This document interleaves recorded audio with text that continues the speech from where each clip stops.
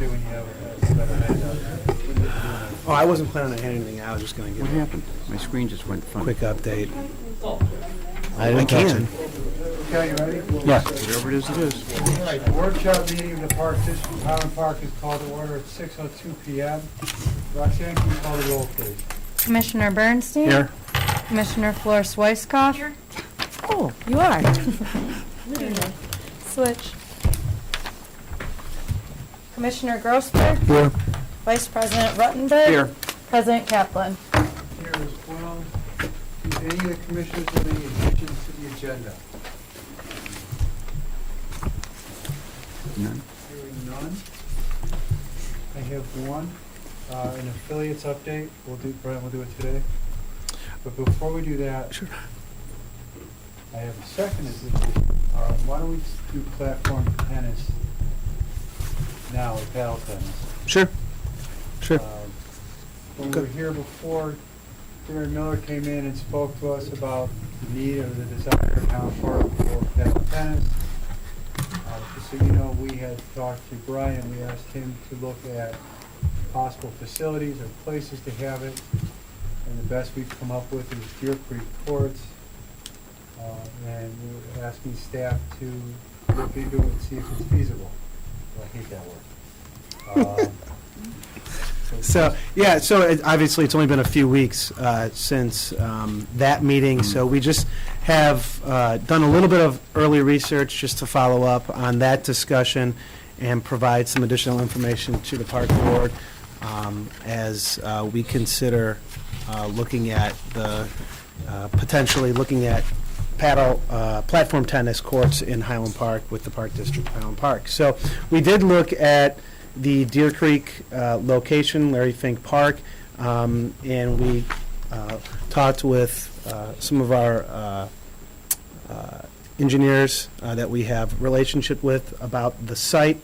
And the site does possess some challenges. It is in a floodplain, and it is adjacent to a floodway. As we know, Fink floods quite often when we have large storms. So one thing to note is that the project cost would likely increase if we do pursue platform tennis at this location because of that. New construction would likely require some flood protection and also require some on-site compensatory storage, and the site would also pose a challenge to find a suitable location for that compensatory storage. Construction would trigger Lake County watershed development ordinance and require permitting from the city and potentially from stormwater management.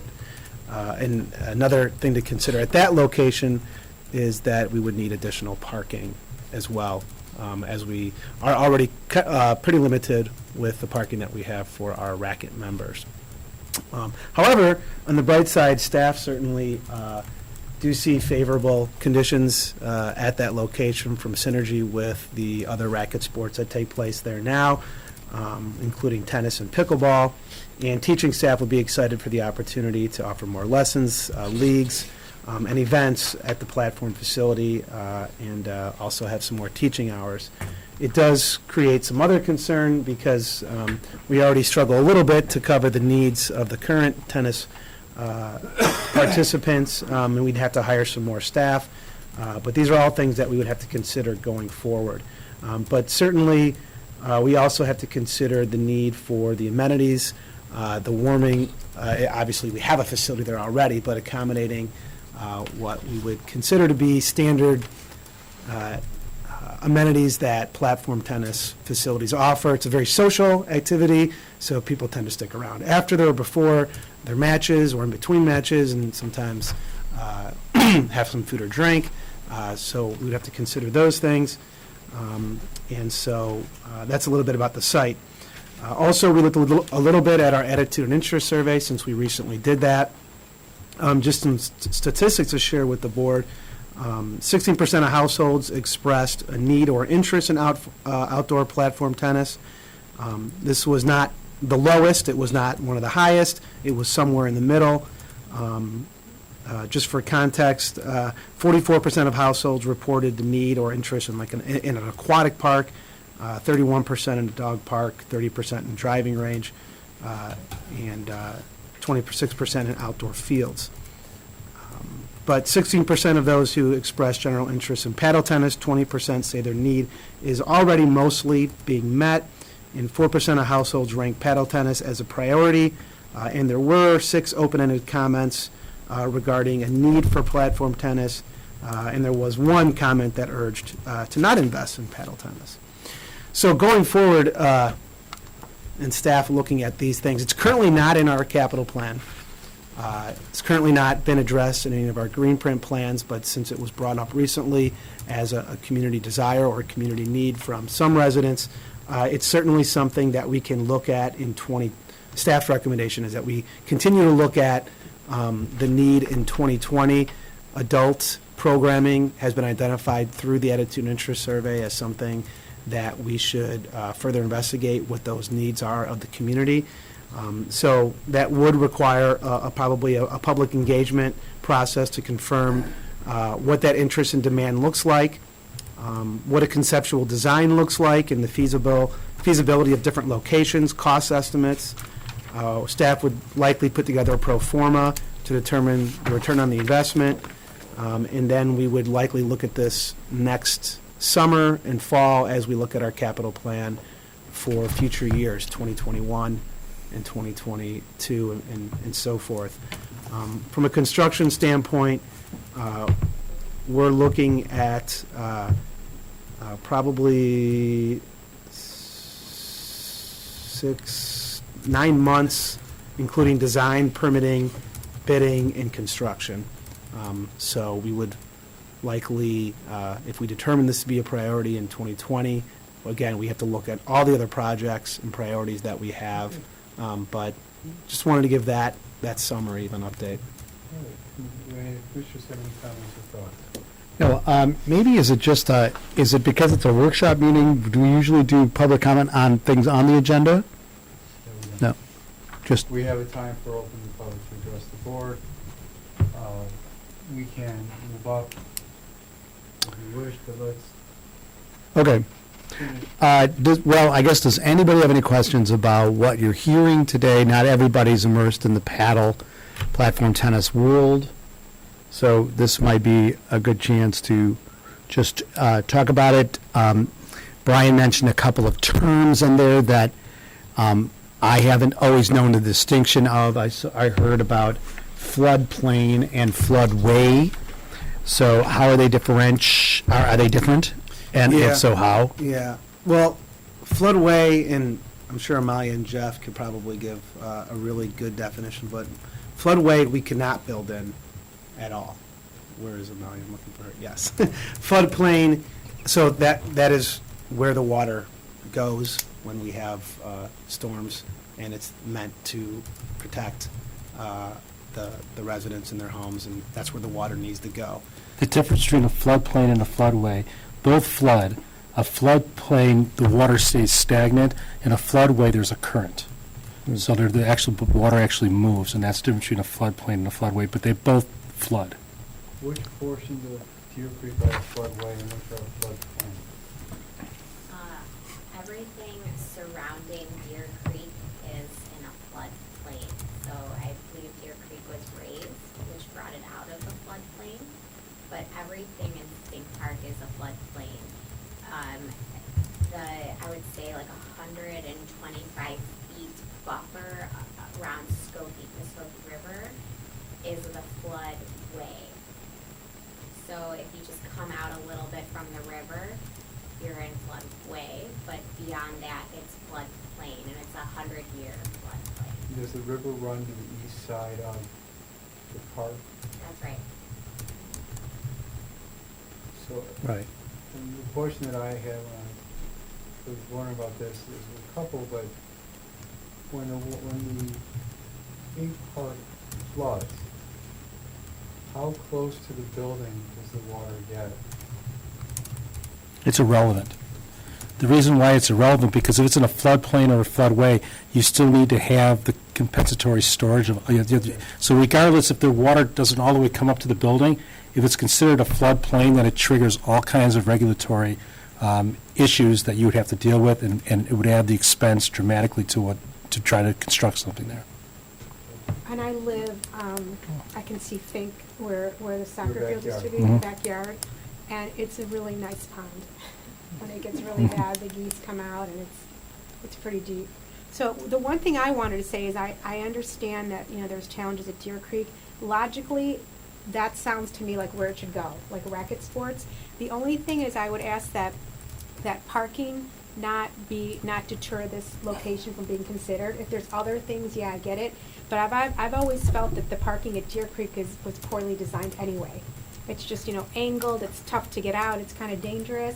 And I just feel like there's a better way to lay that out. So I think we can actually take this as an opportunity to improve parking and even get more spaces. So just something to. Yeah, I go took a after. drive over there. They do have kind of these cutouts around the baseball fields. So there's something like 25 to 30 parking spots near the baseball field that you don't, having a child that played baseball, we would mostly park in the Deer Creek, area. So you're talking about that's spring, into, beginning of summer, whatever it is. I'm just wondering what parking is like there at night. I don't know. In the main parking lot. There are also more spots even farther down Trailway that, again, could be used as spillover for it. If you had 4 courts going for 3 hours, I'm not sure how many spots you're going to be filling up with those, but I've been used to walking, 250 feet or whatever to get to my paddle court. It didn't have to be right adjacent to it. So I agree. But even still, we should look at that parking area anyway. Oh. It's never really. I do have a question. Just, I've never been to well, I probably have, but what's north? Is that north? Yeah. Behind the building. Yeah, behind the building is, are there still houses close from that direction? Or is it only west that noise would become an issue? There are homes. There are not? There are also the Chantilly subdivision Yeah. is right there, so that extends up to the north end of the park. But it's all on the west side, and then I believe, I Right. don't know which is the golf course, but there's that golf course. I figured that was west. That That's felt following. west. That's bobbling, yeah.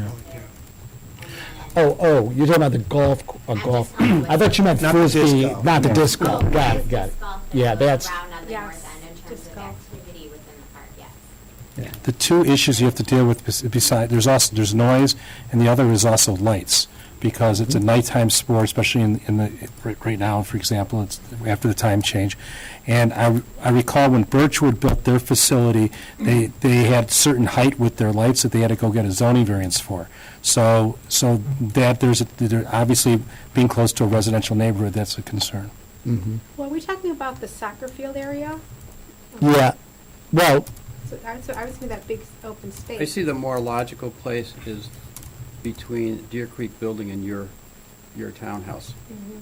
And that's definitely a floodplain there. Yes. So the other thing too is there's coyotes. Just putting it out there. We hear them at night, like a lot of them. They'll steal the balls. I'm just saying. But what time does Deer Creek actually close? So the lights go off at, what, at 10 o'clock? Yeah. So the intrusion of these lights may not be any more significant than the parking lot lights, and it's probably dim already. I don't know, but when they put the baseball lights there, about 15 years ago, there was some significant neighborhood pushback But regarding those are that. very high. These are I don't know. I'm not- downcast, very specific from what I've seen. You know, I personally think the synergism of having a facility at Deer Creek sort of provide some of the other considerations if they can be solved. Well, I would caution you about building in a floodplain, because I'm there's not a saying- there's a huge expense there that I don't think that we should be It incurring. has to be reviewed. Yeah. Have we thought of anywhere else? And I understand the synergy, we want to keep all of our racket sports together. Have we thought about anywhere else we could potentially put paddle courts?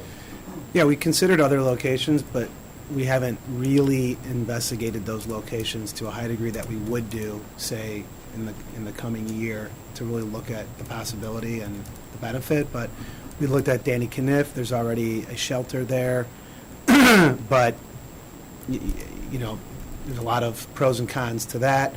We looked at Sunset Valley, but there's a little bit of space, but probably not for 4 courts, and the neighbors are very close by, and they were already, some were questioning the lights that we had already put in with the parking lot. So that would be a challenging location, but again, it was the synergy with having the restaurant there and the clubhouse not being used as heavily in the winter. We've really looked at it. I mean, we can look at any park. We could look at Lincoln. There's a warming house already there, and can that be purposed a different way? And, you know, we've talked about West Ridge. Is there room somewhere on site at West Ridge? But there's a lot of different variables there. So the answer is yes, we've looked at a lot of locations, but we would do a more in-depth site analysis and look at pros and cons of each site, which will take some time. It won't happen in a 2-week period. We would take some time to look at. But why don't we take the top 3 sites and take a look at them? How long I- would it take? Yeah, I hadn't heard Lincoln before, but, you know, I'm visualizing that. You have good parking. You, I don't know about good parking. well, you have parking. Yeah, part- You don't have a lot of competition for that parking. Not in the winter. Yeah. It's also zoned residential there, so I don't know if paddle courts is compatible to the existing zoning also. Well, why don't we take a look at 3 sites and come back to us? And could we have that back to us in our December meeting? Yeah. I mean, we have a lot. We have a lot of- yeah. We have an awful lot of interest in this, and We can give you a broad analysis of the Yeah, and the top 3 sites. We won't be able to in the next month, you know, consult with any engineers on those sites, but we could do a quick snapshot of pros and cons of those, Let's do that. of 3 different sites. And And I would also suggest for people like me who are unfamiliar with the sport, is to set up a tour, so we can go look at some neighboring facilities so we know what they look like. Because I've only been, I think I said to Brian, at one paddle court, I think it was in Winnetka. I'm not really familiar with how they look, and so if you want to arrange, you know, we can spend a couple hours just driving around looking at facilities. Yeah, we got a list. Darren sent me a list, and I can, I mean, you know them, but I a lot of can, them are park districts, so yeah, it's very. yeah. Well, there's, right here in Island Park, if you know a member at Birchwood, you know, Usually country clubs don't allow me on the grounds. That's true, I've so- heard that. Yeah, so. Sure. Yeah, and again, I think also during the next month while you're studying the sites, let's understand the cost to us to install it, permit times. I'm not, you know, if these things are, find out how long does it take to build from day one? Is this? Yeah, we have estimates right now. I think it would be, we would have to go through a more intense process with an architect and engineer to look at the exact site that we choose, to get estimates and to do conceptual designs at those locations to see if they'll really work. So right now, it's more conversational. We're getting broad details.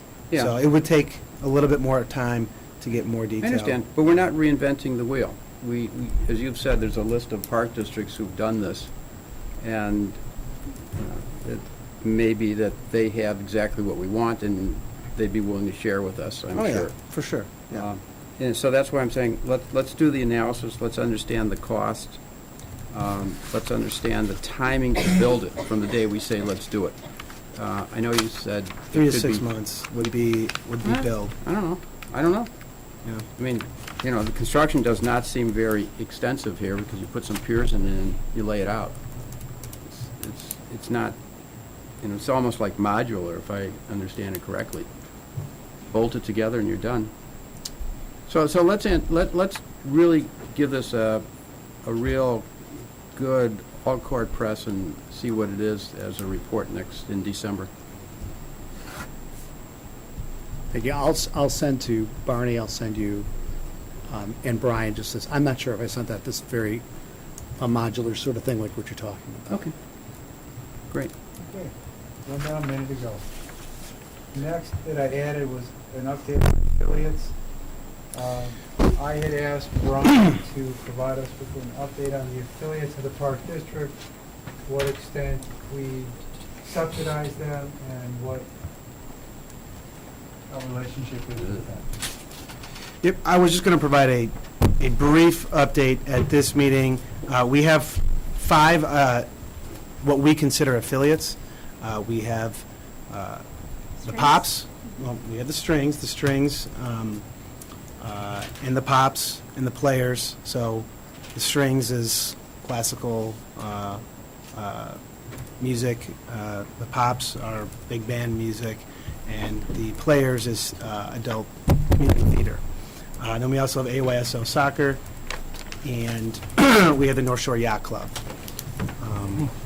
The first 3 that I mentioned, the Players, Pops, and the Strings, are on an annual agreement, which is due for renewal now. So those, we will want to request approval either in November, at next week's meeting, or probably in December, will be more probable. AYSO is a rollover agreement. There's no financial exchange. It's mostly just use of the fields. They maintain their own fields. They pay us if there's any requests, such as moving goals, but they maintain their fields. They mow their fields, they line their fields, and they do their own maintenance on the fields. And they use the school district and Park District fields. The Strings do not use any of our facilities. They're considered a sponsored group. We actually provide a small stipend to them that's been ongoing for, I think, 20-plus years with the Park District, and we give them a stipend of $15,000. The Players, the theater group, again, have been a longtime group, and we provide a stipend of $5,000, as well as facility space. And then the Pops, we provide practice space but no stipend. All these affiliate groups are affiliates because they provide a service that the Park District recognizes as a recreational service that we could not provide on our own without this group providing it. North Shore Yacht Club obviously provides sailing and other non-motorized boating opportunities and lessons and programs at Park Avenue. They are on an annual agreement, which is being looked at right now. And then I think that was all of them. So we will come back to the Park Board for specifically approval for the Players, Pops, and Strings in December. And as you know, we've talked a little bit about North Shore Yacht Club, and AYSO has been providing soccer in the community for over 20 years as well. So, How are the Any amounts questions? determined? Yeah, 'cause, I mean, you've got a big gap, you've got 15,000 and you have 5. it's based on, it's been in the past based on their needs. I mean, the Strings get funding from numerous sources, as well as they charge admission to their events. Some of them are free. They do a big fundraiser in January, I think it is, and maybe it's February. But we'd be happy to have, ask them if the board has questions and would like them to present at an upcoming meeting on their services to the board, or if, I know, Brian, we talked a little bit about potentially having, a few board liaisons, possibly, look at I'd our. like to discuss something. Sure. And I'd like to know, not today, not this week, but maybe next Tuesday, if we don't think about know what the appetite of the board is. I don't know what, when you talk about that they provide services that the Park District does, I'm not sure I tend to agree with that, but I'm not gonna argue with it.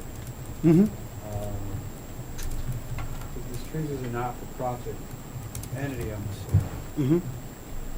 And I don't know if they're all Highland Park residents or what percentage of Highland, or, you know, if it pops the players as well, what percentage of Highland Park residents make up those memberships to justify our monetary involvement in it. Yeah. I'm not saying I'm against it, I've always wanted to understand it. Mhm. But I wanted, Here's my suggestion, is that the Human Relations Commission for the city, they dole out grants No. to, they don't, they used to, didn't they? Yes. They used to do it. I was close, okay. they It's used just to. taken away from them. Okay, well, I'm a little behind. So they used to do it. What they used to do is that the organizations used to have to make an application and justify why, why the grant should be given. So if we're looking to make any type of changes, why don't we just, they used to come and make presentations to us. I don't think they've done that in years. So maybe that we should do that. I've never had the Pops or the players make a presentation. I think The Strings have. the Strings Yeah. came here one Yeah. time. I think maybe we should, have an application similar to what the city used to do, and have them make an application to us. I just don't remember. Yeah, That's I what would it is. like to know how many people who are participating in it are Highland Park residents. I would also Wouldn't like it to take know away? how many people they reach out to and attend the concerts. And This I'm year? no, we can't track whether they're a Highland Park resident or not, but if they fill an assembly hall at junior high school and that's 700 people, that's significant. So I'd like to have the numbers of people that they whose lives they touch. Do they file an application, or how do they do it? They just, They do not, they must have, at some point in time, come to the board for approval, and those, Yeah. those contracts have been renewed for as many years as I've been here. And so, maybe not, talking with Brian, we thought it would be a good idea to. maybe not make it on an annual basis, but Yeah. every 2 years or 3 years, have them come back and make another application. You Just know, so we they can- should understand their impact on our community. Yeah, that's fine. And I will say to answer your question, I've gone to the Strings and they filled the indoor facility of Ravinia. Mm-hmm. They were phenomenal. Mm-hmm. Yeah, Right. I've gone to the high school too. They fill the high school gymnasium. Yeah. But I also been to Players. That's a fun night day. Sometimes they have kid theater, so it's hard to kind of gauge it. And the other thing I'd like to ask is, these are within the recreational definition of what park districts do, providing these activities, I assume. But I'd also like to know what, if anything, other districts do with regards to music and theater. I could talk about Deerfield. Okay. I know that they have Deerfield Family Theater is a wholly owned subsidiary of Deerfield Park District, and they rent space from the 109 because they take over my facility right now. So They're Park building District sets right there. Park District does it, and they're talking about expanding. This is how things get interrelated, but they're talking about expanding the auditorium at Caruso to help out Deerfield Family Theater, putting permanent seats in and things like that, and spending $5 to $7 million renovating, with the Deerfield Park District willing to kick in maybe up to $1 million. So there is synergy Where's when the it other comes to money that. coming School district, from? Interesting. if they go for the Cadillac version of this. But there's one example, Okay. is that they do musicals, so that's an expensive Yeah. prospect. Okay. Okay, yep, we will report back. All right, Commissioner Bernstein? I'm recusing myself. Bye. Thank you. Jeff? Is That'll be on- he gonna go get something to eat? It's going to go get our food. He'll pick up Yeah. dinner. He's on his way to the vending machines now.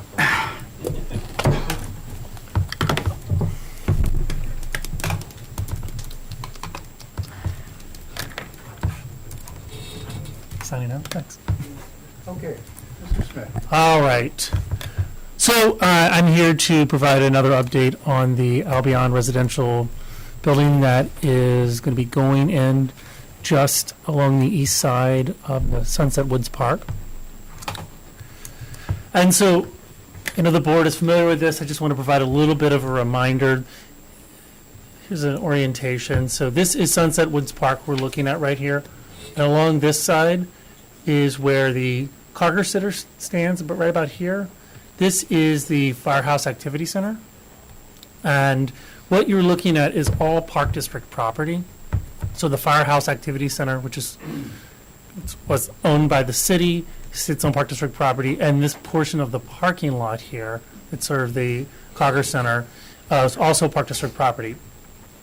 So when the project begins, there will be demolition of this building, and as Andrew Yule was explaining when he was here a couple weeks back, Clark Construction will also be putting up a fence through this portion of our property to keep the construction site safe and park patrons out. And we've also discussed that there is a existing storm sewer pipe in this area that is going to have to be resized, so it's going to need to be most likely replaced, and that falls in our property. And in addition, Albion and Clark Construction are requesting that they have permission to place a construction trailer somewhere in this area during the period of construction, and also possibly stage some construction equipment and materials.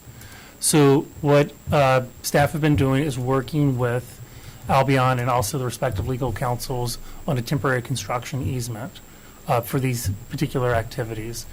We are currently finalizing that, and we'll be bringing that to the board at the next meeting, hopefully for approvals. So, I'm sorry, I apologize, you done? Yeah. I've got a couple questions, now I'm listening. And I can't We can't see the, see, what so you, I'm just gonna Oh. I'm gonna have to guess. But once construction starts, so what are you asking us to, are you asking us to do? I'm just providing an update right now that we're going to be coming with a temporary construction easement for approval by the board. This is something we've been talking about over the last several months, but we haven't had it yet, so we're coming with that. So actually, one point I did want to make is this map we had presented to the board some time back. The reason there's the colors on it, those are areas that are going to be restored. So in exchange, Albion Jacobs will be covering the cost for the Park District to restore this area, both the areas where there's demolition, but on top of that, the areas where it's green, it's all natural areas, and we're going to be doing some natural area restoration in that area. And if I recall, when the first presentation was made, there was some conversation about fencing it in and maybe trying to move the fence, making a walkway for the 4th of July weekend. There was, we talked about when that comes up closer, we'll discuss. There wasn't any particular decisions about it yet. And is there an issue as to our property not being usable during construction? Well, this is what we call the kind of non-usable portion of the property. There is the bridge that connects into that parking lot, but access to that bridge will be closed because it leads directly into the construction site.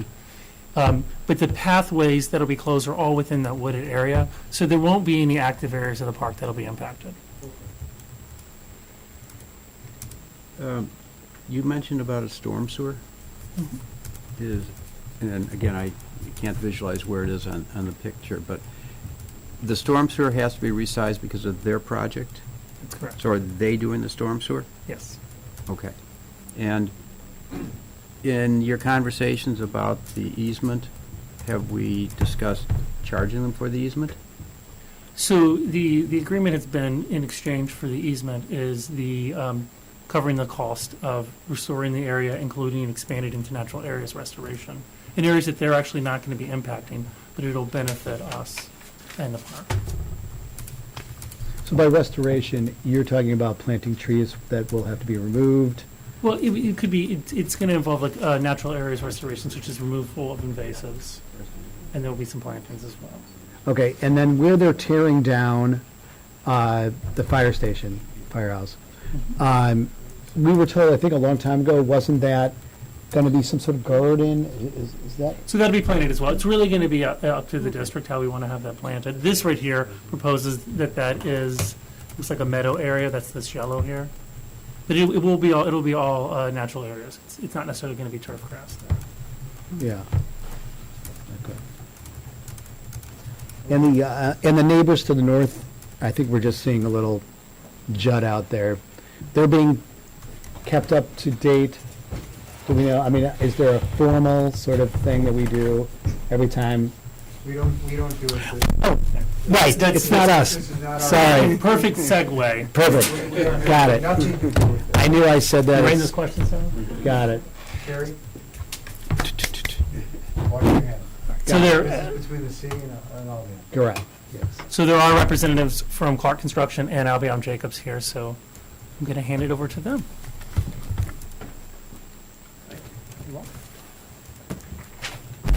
Good evening, everybody. I'm Keith Jacobs. I'm one half of the Albion Jacobs venture that's going to be building this building. We're here tonight again just to give you information, let you know what's going on. Several of your questions can be answered by our Clark team. They're all here behind us. These gentlemen will all be on site starting hopefully the next week or so. We were going to own the property by 10 o'clock tomorrow morning, will be ours, and we would like to start right away. We understand there's some easement things that still need to be taken care of, and we'll work through all those issues. The only thing that I'm concerned about before I turn it over to the Clark boys to answer any of your questions is being able to get a fence up for safety reasons. I was at the building yesterday and just making sure it was empty, and the building was wide open. Lights on, heat on, and I'm concerned, and there were kids in there also, which I threw out. I'm concerned for the safety reasons, so we'd like to get a fence up around the property as quickly as possible. That's the only thing we're asking for before we can get that agreement done before your next meeting. So at this point, I'll turn it over to Clark. Augie, you can take it. Well, let's go back to the fence. Is it a fence on our property? It would, Yes, it would be on Oh. your property, yep. I'll have Augie answer And those. the protectionist fence, It would be a 6-foot tall, driven post. You know, it's a temporary fence, but it's a driven post, and it had privacy screening on the face of it. for the purpose of safety, I assume. Correct, yes. Okay. So as Keith mentioned, we're the general contractor. My name's Augie Meinzer. I'll be the lead superintendent in the field. Just brought one slide, I'll hit it broad level, what we're doing out there. It's a 300,000 square foot, new apartment building. It's permitted through the city of Highland Park. We have a pre-construction meeting with them this Thursday, actually, and we're slated to start next week. That's about an 18-month schedule, so the spring of '21 is when it will complete. It borders the Park District on the west, obviously. We plan on putting the construction trailer near where the firehouse is to be demolished. And I don't know if you can see the printout, but this is kind of lays it out for you, what the intent is.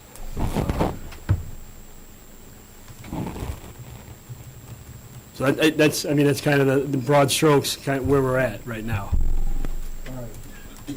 So, we can't, Rob, we can't take action today on the fence. No. We'll put it on for Tuesday. It is over. Okay. You can give some direction on what you think the board intends to do, and then take final action on Okay. Tuesday. If that's of any assistance. Well, I guess the question is, you guys need to know before next Tuesday. We're mobilizing next week to set up our site fence. If we have to wait a week for this west side of the property, I don't think it's the end of the world to Right, anybody, I so. guess Yeah, realistically, we want the fence up too, it's our property. yeah, right. So, do any of the commissioners have any problem with giving direction or suggestion that we would be okay with the fence going up like tomorrow? We'll take the at risk that, Well, I'm gonna Because we assume that understand we're there's an not additional enough. insurer in your policy. so. But that we'll give them direction that it's okay to put up the fence and we will ratify it next Tuesday at our regular meeting. I think we will need the insurance policy before we authorize the Yeah, we fence, have but so long as we have the insurance, Yeah. naming us additionally insured is what you're saying. If there's no opposition from the board, staff can work with the contractors in Albion Jacobs to authorize the fence to go up, and then we'll come with the approval of the agreement next week. Okay. We would be foolish to even wait an extra day. We turn insurance around quickly. Next day, we can turn insurance around. So. Okay. get us named, and then let's get the fence up. We'll- Jeff will authorize that after he gets the insurance and everything. Okay. Right, we just need the right end. We'll get on the inspection. Okay, that was easy. All right, thank you. Thanks, guys. Thank you all. Room's emptying out quickly. We lost paddle and. Jeff, you want to come back? No. All right, then we're going to skip the Rosewood Beach. Well, no, why don't we have Margaret? I can just. Yeah, send Margaret out there for you. All right, I'll come. Oh, good, another slideshow. Yes. I want them to be pretty and nice pictures, not destruction. Dark. and- It's dark. I like Okay, this. then we'll This is good looking. We'll skip the end of the presentation. How's Thanks. that? All right. Please do. So, here to give you an Alice Jack. update on Rosewood. As you know, Vending machine. I was actually with the candy in the kitchen. it's a lot of lollipops, it looked like. I found the candy, that's good. Well, excuse me. Trick or treat, where's Yeah. ours? Where's ours? There. It's all there. Do you want to go out again, Cal, and come back? Yeah, recuse Can I recuse myself on Rosewood? Yeah.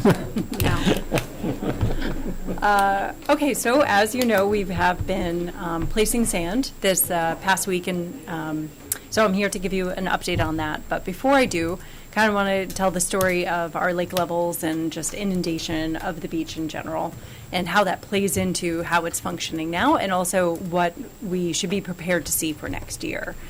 Because the new predictions from the Army Corps of Engineers have come out, and I want to share that with you. So, this is our lake levels for the past so-and-so years. I think I have this back to 2008. You can see the low to the high. Our low is down here at 576. These are at an IGLD. This is in reference to our sea level, but that's our date on this 576.02. Is at the low. The average is that red line right in the middle, and that is our average from 1918 to present day. So that is always fluctuating. Our high, we just missed it this year, is at 582.35. We were only 6 inches below. Shucks. But all other lakes on the Great Lakes actually exceeded their historic highs for this year. Our highest came in July, as it normally does, at 581.92. One thing I do want to share with you is this prediction for the future. This is January's prediction, and January is historically and statistically our lowest month of the year. It is when evaporation has taken hold, pulled out a lot of water from the lakes, and it's before the precipitation and snow melt starts adding to the lakes.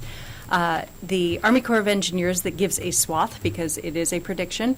Now, the median of that swath is actually at 580.94, and the importance of that, it is 10.3 inches higher than January's 2019 lake level. Now, last year was extremely wet precipitation-wise. We got inundated, which caused a large increase in our lakes that you can even see in that graph there. We don't anticipate that every year, but if we were to get such a wet year, that means next year's water levels could be up to a foot higher than they were this year, which would not only exceed historic highs, but would be catastrophic for most of our shorelines that have never seen water levels that high before. That's the bad news. But we are preparing for it, we should be preparing for it more. This causes shoreline inundation. This picture is from 2015, and it shows where that water line is and where that top of slope is. I've kind of highlighted those in black marker. Now, if we look at the water levels this past year, that actually moves those lines inland just from the slope of the sands and the slope of the beach. That means that all of this area is then inundated. So this is actually in line and closer to what you were seeing in your beaches, beach cells. Now, on top of that, though, we do have storms. And this year had 3 larger storms that I kind of want to talk about. So the Army Corps of Engineers puts out this wave information studies. These are storm events that have been recorded since the late 70s. Now they come up with what are called return period events. I know we've talked about those before. Those are statistical probability of storm events occurring.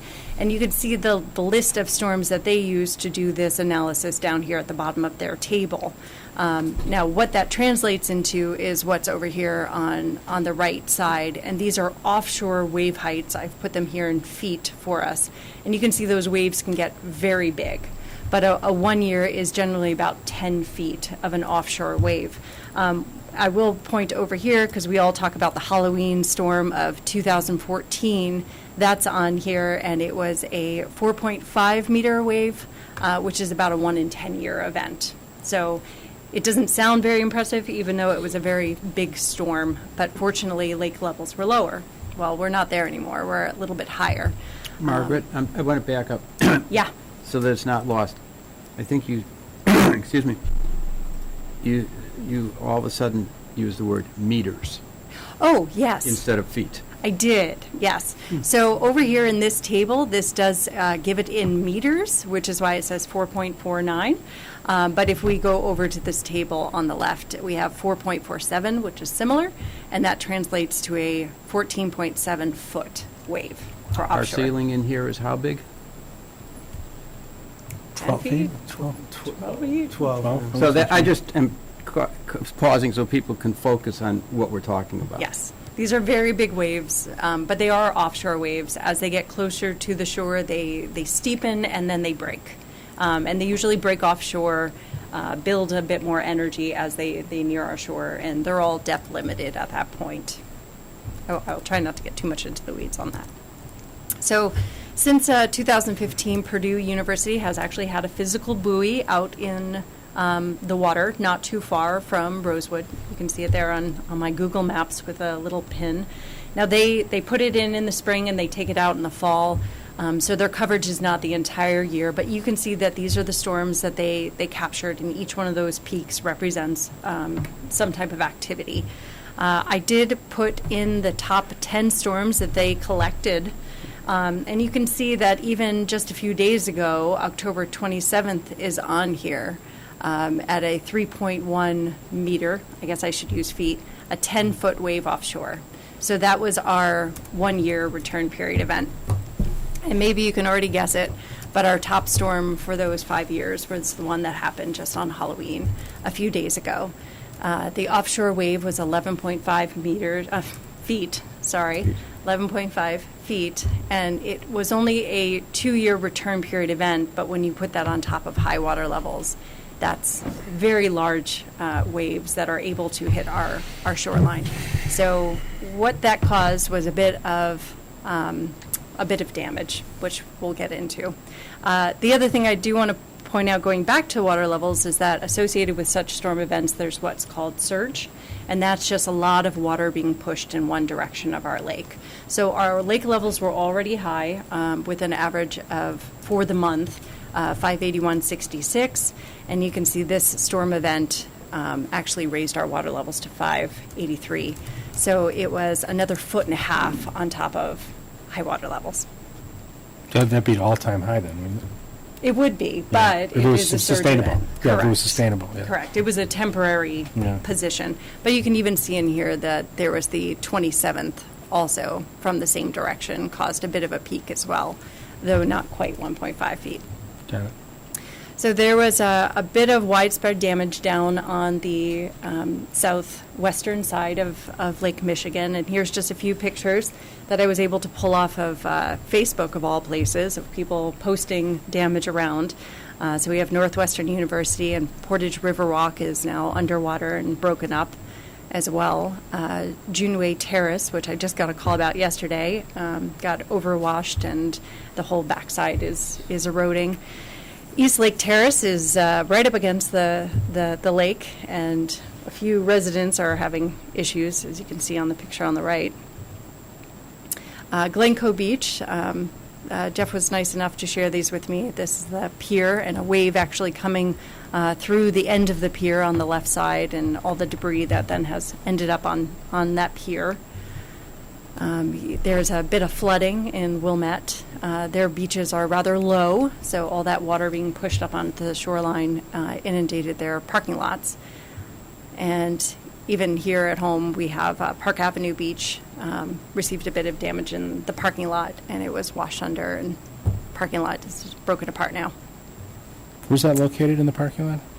That's the south parking lot. The south by the... It's the boat storage area on the Oh, south. Yeah, okay.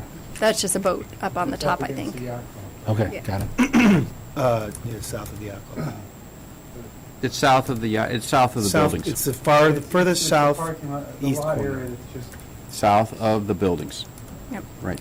So I do want to highlight that all of this damage that is caused is going to be very expensive to repair, and want to put that into context when we start talking about Rosewood Beach and what the sand actually did in protecting Rosewood Beach, and further damage to the boardwalk and the parking lot and the buildings. So moving forward, oh, I think I'm stuck. Oh, Rosewood Beach, okay. So this is what the Interpretive Cove looked like back in 2016 when water levels were a little bit lower. There was a substantial beach, but I want to highlight in this photo, if you can see the angle at which this shoreline is, and then it kind of jumps up. This is a bit of an elevation change that isn't sustainable once you have waves running up against it, as the beach wants to be flatter. At that water level, it was fine. The waves didn't run up past this point, which is why it's a hard demarcation. But once that water level starts coming up, the whole thing starts to flatten, which we can see in 2018. Maybe you can see this water line is a little bit further back, and now we have this hiccup even more pronounced, even closer to this bench back here, which we've all been using as a reference point, seeing as it's been the focal point of a lot of wave energy. Now, back in 2018, there was a storm, unfortunately not recorded by that offshore buoy as it wasn't in yet, but it did cause a substantial bit of loss as it tried to flatten that beach at that higher water level. And we never quite recovered from that as the water level continued to increase in height. So earlier this year, we have this very large drop off, and you can see how flat this beach is. Now, the steepness, as we've talked about before, is actually a function of grain size, as it is of wave energy. And here, this beach wants to be pretty flat as it continues to march lakeward as the water levels continue to come up. So this is right before we started sand placement back on the 15th of October. You can see how far back the beach has actually eroded. It has exposed a deadman wall, sheet pile wall, which is actually holding the foundation of the building at the Interpretive Cove. And it has completely exposed the underneath of the boardwalk at that bench. This undermined a good couple feet, exposing some difficulties in its foundation, and left to continue to erode this section of the boardwalk would have ultimately failed. Also, on the back side of it, it's not visible in this picture, but there is the parking lot. And if that sand continued to erode with the additional washing of waves coming in, it could have caused some collapse in that parking lot, as we saw in the damage of other locations. So here's just two more pictures of that damage before, or I should say that erosion before placement of material. So on October 3rd, we got underway and started placing material, and that is in comparison to what it was and how much material started to be placed in the Interpretive Cove. And then on the 25th, they finished placing material. It's a little hard to see in this picture because of the distance, but this is a stake showing where that water line is in relation to that slope. Now, we did discuss before placement that the construction slopes are not sustainable. They would be much steeper than what the lake would ultimately want to do to it. And after the first storm, which was on the 27th, which did rate in our top 10, it did cut back a good amount of that sand and flattened it. So that same stake is located right here. Now, I do also want to highlight, though, that this Can you stake, just show again where, the stake is right there. They did pull it out because it was a safety concern, being a sharp piece of wood sticking out of the beach. Yeah. But it is at the water line. And when we talked about the flattening of the beach, that point of where the water line was going to remain static. So even with before and after, that water line is at that stake. So this is actually flattening as it should. That stake is located right here.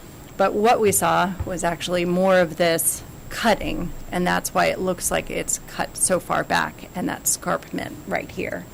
Now, we estimated how far out we would need to go to come back to hit that point just at the boardwalk to not overfill and not underfill our need. And it looks like when we start moving forward that we did undershoot that a little bit, but I'll get to that. These are some drone photos that Jeff was nice enough to organize. This is right after placement of the material, and this is a couple days later after that first storm. So you can see the material has moved and shifted and has definitely exposed the vulnerable area in front of that boardwalk as being, well, vulnerable and pulling back most at that location. But the water line that was here in this crescent shape is very similar to what was here. It's just flattened out more material into this corner, as you can see. Oh, it's a little, I'll press it again. Yep, there we go. That's not what was intended. Let's try that again. Okay, well, It's a video. really hoping that would work. I don't know why that's turning sideways. We can solve that. Yeah. So if it was right side up, this is the Halloween storm. Our contractor actually went down and took some pictures, which I can provide you with the actual photo so that it looks a little bit better. What you may notice in this stretched image or may not is there is significant overtopping, there it is, of the breakwater that's out there. This is due to those high water levels that are at the 583, and it's causing washout on the backside of those breakwaters as well. These are just water levels that are outside of design criteria for these structures. These waves coming in were pretty powerful and breaking right along the beach, so they were causing a lot of material to flatten quickly.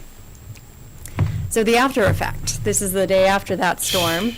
You can see that wash came all the way up, and now there was a bit of a hole under this boardwalk to begin with, so when it reached the top, it found that hole and started going into it.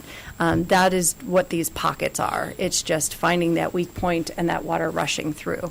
But you'll notice that that large escarpment that was there before is no longer there, and it's created now an actual slope for this beach.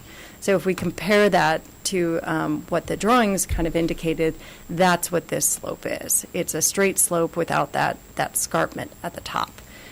So it is in line with what was anticipated, and this is a much steeper beach than the original, which you can see here, which is a lot flatter. So the sand is performing as it was designed to. There's just not enough of it. It needs a little bit more, and it also needs not a Halloween storm, which is a 2-year return period event. But that's Mother Nature, and she'll throw at us what she wants.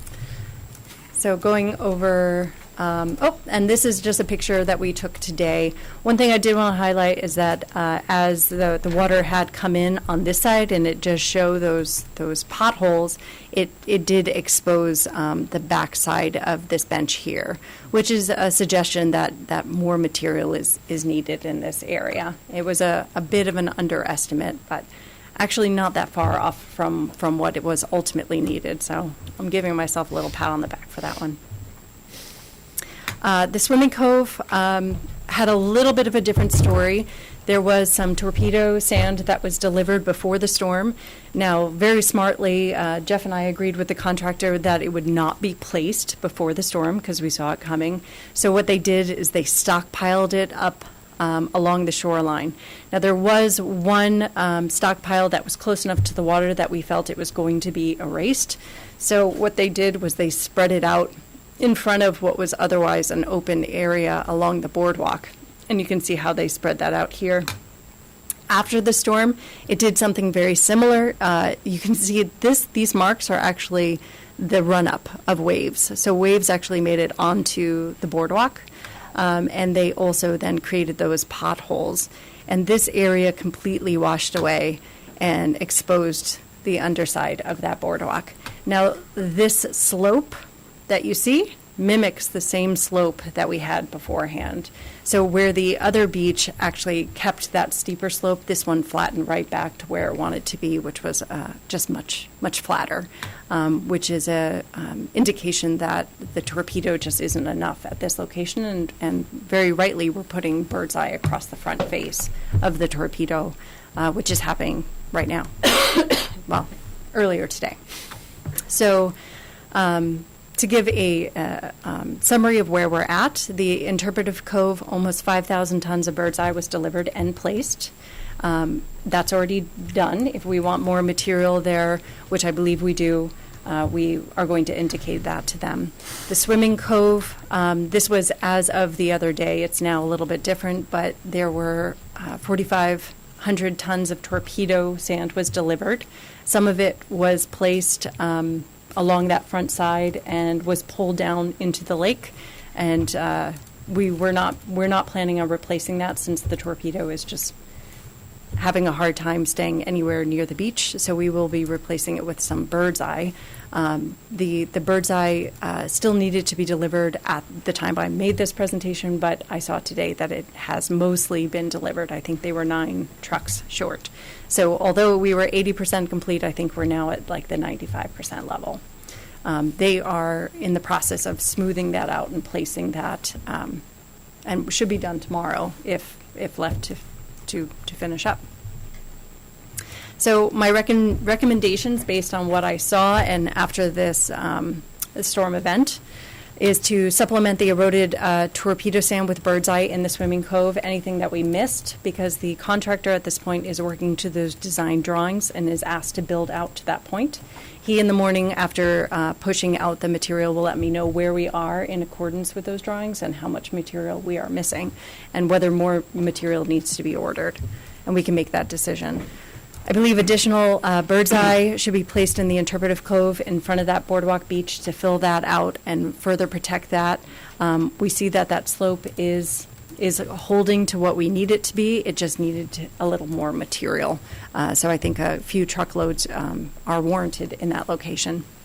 To know where this material has gone, it would be good to get a survey. Now, our survey back in May of this year showed that the cove itself, the floor of the cove had actually dropped.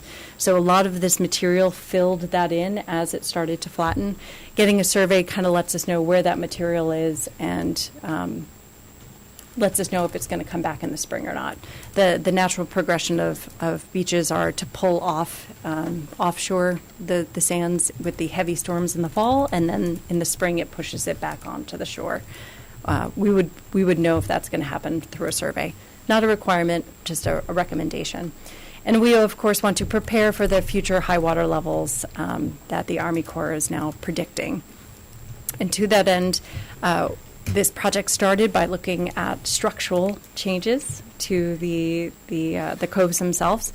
So just to go over those conceptual designs one more time, so that they're fresh in people's mind. We really just got through the early brainstorming and then shelved this in lieu of putting out sand very quickly.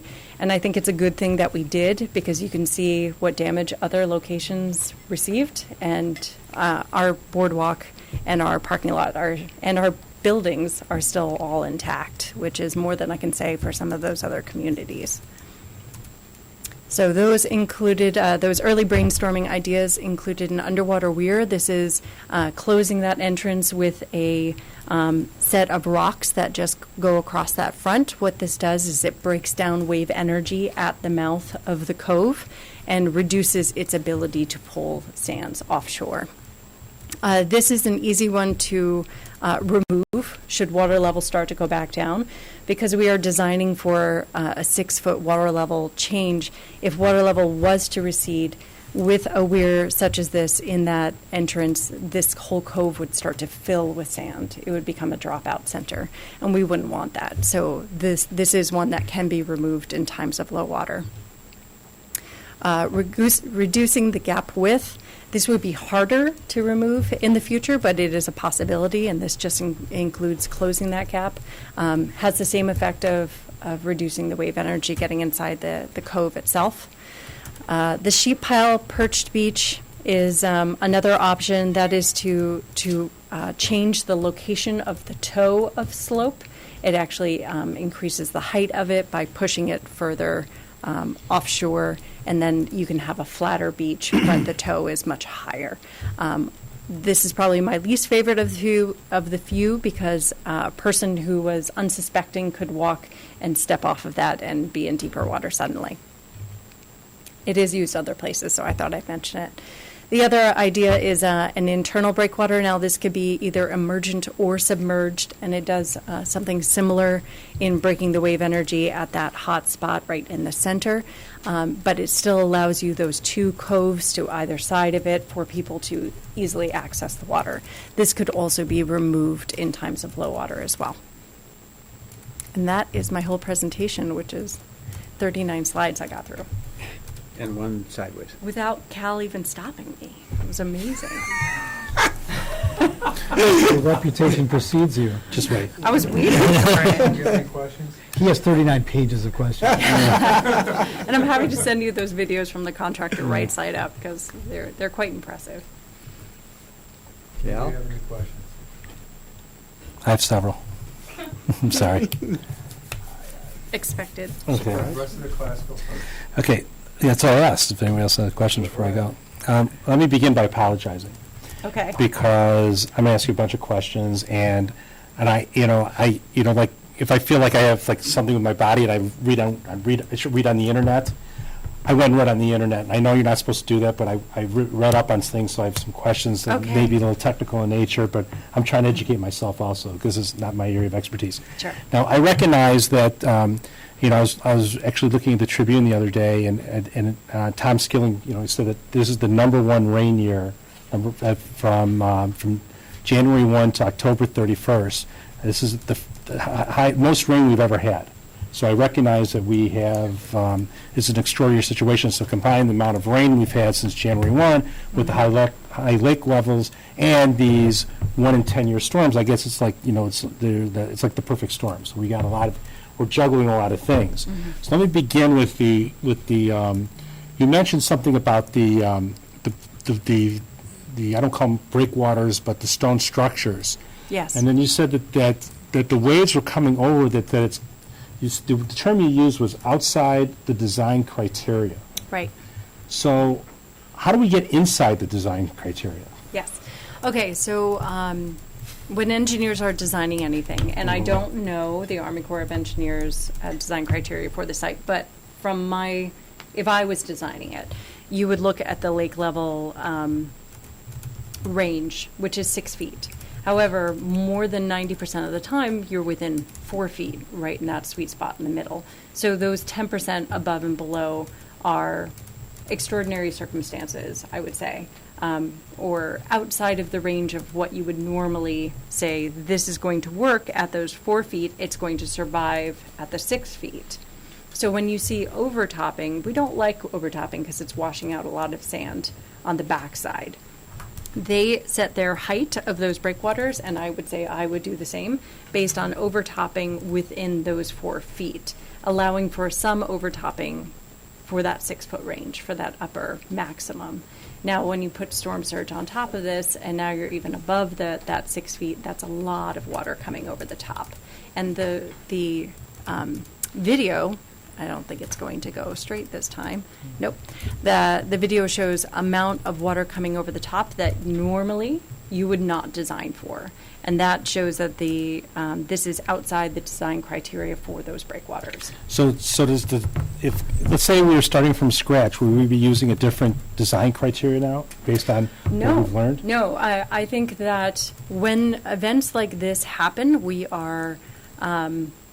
they are fresh in our mind, and we start designing for things that are outside the norm. So we start designing for things that are extreme circumstances and putting more money into those extreme circumstances than we normally would. Because if you think about it, the damage that is caused from such an event is so much less than putting that money into the capital of the creating the breakwaters higher to begin with. So you showed examples of damage elsewhere. Yes. Along the southwest shoreline of Lake Michigan. Yes. Brian sent some similar pictures with talking about Glencoe and in Gilson Park. Do any of the examples that you showed us where there's damages on other beaches, do any of those beaches have the similar type of breakwater systems that we've installed with the Army Corps? To be honest, I'm not 100% sure, so I can't comment. I'm not overly familiar with each of these sites. I'm pretty sure the answer is no. And So Glencoe doesn't. So I recognize that with the triple, the three strikes that we're dealing with, the high lake waters, the high rain, and The storm event. the storm events. Thank you. I recognize that that's a perfect storm. So my question is, and I recognize how that would happen, at least the beaches that have no breakwater systems are highly vulnerable. Yes. So the question I have is, why are we also vulnerable when we have a lakefront protection system? The water level is can I use the term red herring? The water culprit? level, the culprit, yes, Okay. let's say that. The precipitation made the high water level in our lakes because there's just so much water coming in from our our watersheds into the lakes. The high water levels, even with a small storm event, such as a one-year return period event, which just happened on Sunday, causes damage. It's because it allows those much larger waves to penetrate further inland and hit things that were otherwise stable. If we had a 100-year event at low water, all those waves are breaking offshore, and it doesn't matter. They're It breaking looks offshore, really they're big. breaking with the breakwater? Are they just breaking offshore regardless? So even under that scenario, the beaches that are exposed Yeah. without this system, or a similar system, Yeah. they should be fine also, you're saying? In a low water event? Yes. Yes. Okay. Yes, they would. Okay. Because the energy is already dissipated by the time it makes it to your shoreline. Okay. But because the water levels are higher, it now penetrates even further. So those breakwaters were designed to handle normal circumstances, the 90% of the time, the 99% of the time. We are beyond the 99% of the time. We are at now high water levels with storm events on top of it, which are low probability events, but they seem to be the normal for this year and even into next year. So any storms we receive are dangerous. Can I just pile on top of it for Yes. just a second? Does the lake disperse this water equally along all of the coasts? Or is there a particular thing about our southwest area that makes us unique? No, there is average water level, which is everywhere, and that is high everywhere right now. So the table that I showed at the beginning, not this one, those were really slow to get back, but you know which one I'm talking Yeah. about with all the dots. That's average lake-wide. Yeah. And when we look at a graph that I was showing with the surge, oh, come on, there. Okay, this red line, fun with PowerPoint. Well, you know which one I'm talking about. One with the red lines, those are location specific, and those were 6-minute recordings. So they show variations on a much smaller time scale than a month average. Yeah. So we have high lake levels everywhere, but then the winds come and pressure systems come and they push water in all different directions. I guess that's what I'm asking. And also to answer your question, according to Tom Skilling, he said that there's, because I watch a lot of Tom Skilling. According to Tom Skilling, that when you have a northeast wind, you have nothing breaking, you can go all the way down the lake. Correct. And nothing can break it, so the most damage then would be where the greatest distance that the water and the wind's traveling, and that would be Where we are. We are the southwest portion of the lake. All right, that's, guess what I'm asking. So if water, Tom Skilling yes. answered the question. If wind comes from either the southwest and then it wreaks havoc on northern Michigan, or if it comes from the northeast, it wreaks havoc on us. Typically, winds are coming out of the west, and so Michigan gets it much worse than we do, but we get it bad when it comes out of the northeast. It just, all the water starts to build up at this location. And this is more frequent in the fall. The best Because- part about the Halloween storm was when the wind shifted to come from the west instead of the northeast. Yeah, it calms everything down, yeah. But it had to pass, and the pressure system also brought a lot of snow with it, as you probably remember. All right, so getting back to my line of questioning, Yeah. so where we left off was that you said that this was not anticipated, that with the design criteria for the breakwaters, that was for normal events, this was not anticipated. So you're saying this was not foreseeable, that when the design criteria, when the design of those breakwaters were done, Yeah. that they never took into account the trifecta that we're dealing with could have. Well, I wouldn't say not take into account the trifecta, but the probability is low, because risk is probability times, oh, I'm not going to get it, probability times damage, like the cost.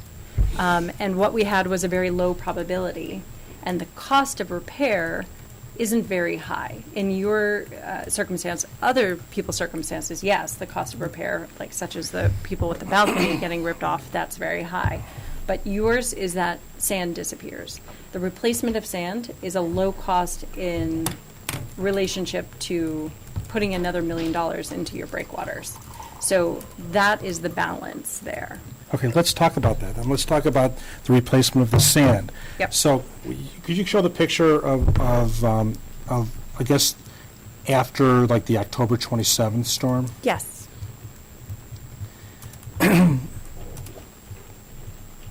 Counsel, please do not badger the witness. Okay. Let me just mark this as No. as plaintiff exhibit number 1, please. Oh, no. Okay, so There we the are. question for you Yes. is, are we trying, it appears that, you look at this, because you looked at that stick that you had in the Mm-hmm. Yep. ground, Stick. and you're saying that that's And the the stick is lake here. level? Or what, so, That's the still water level. Stillwater, let's just call it Stillwater. Yep. Are we trying to have too high of a level of sand there? I guess the word I'm thinking of is equilibrium. Is there an equilibrium where that's actually where it should be, and then we're fighting a losing battle because we're artificially trying to keep it higher by keep pumping more sand in there? Not exactly. I know I You see my showed. question, you understand? I believe I Yeah, understand your okay. question.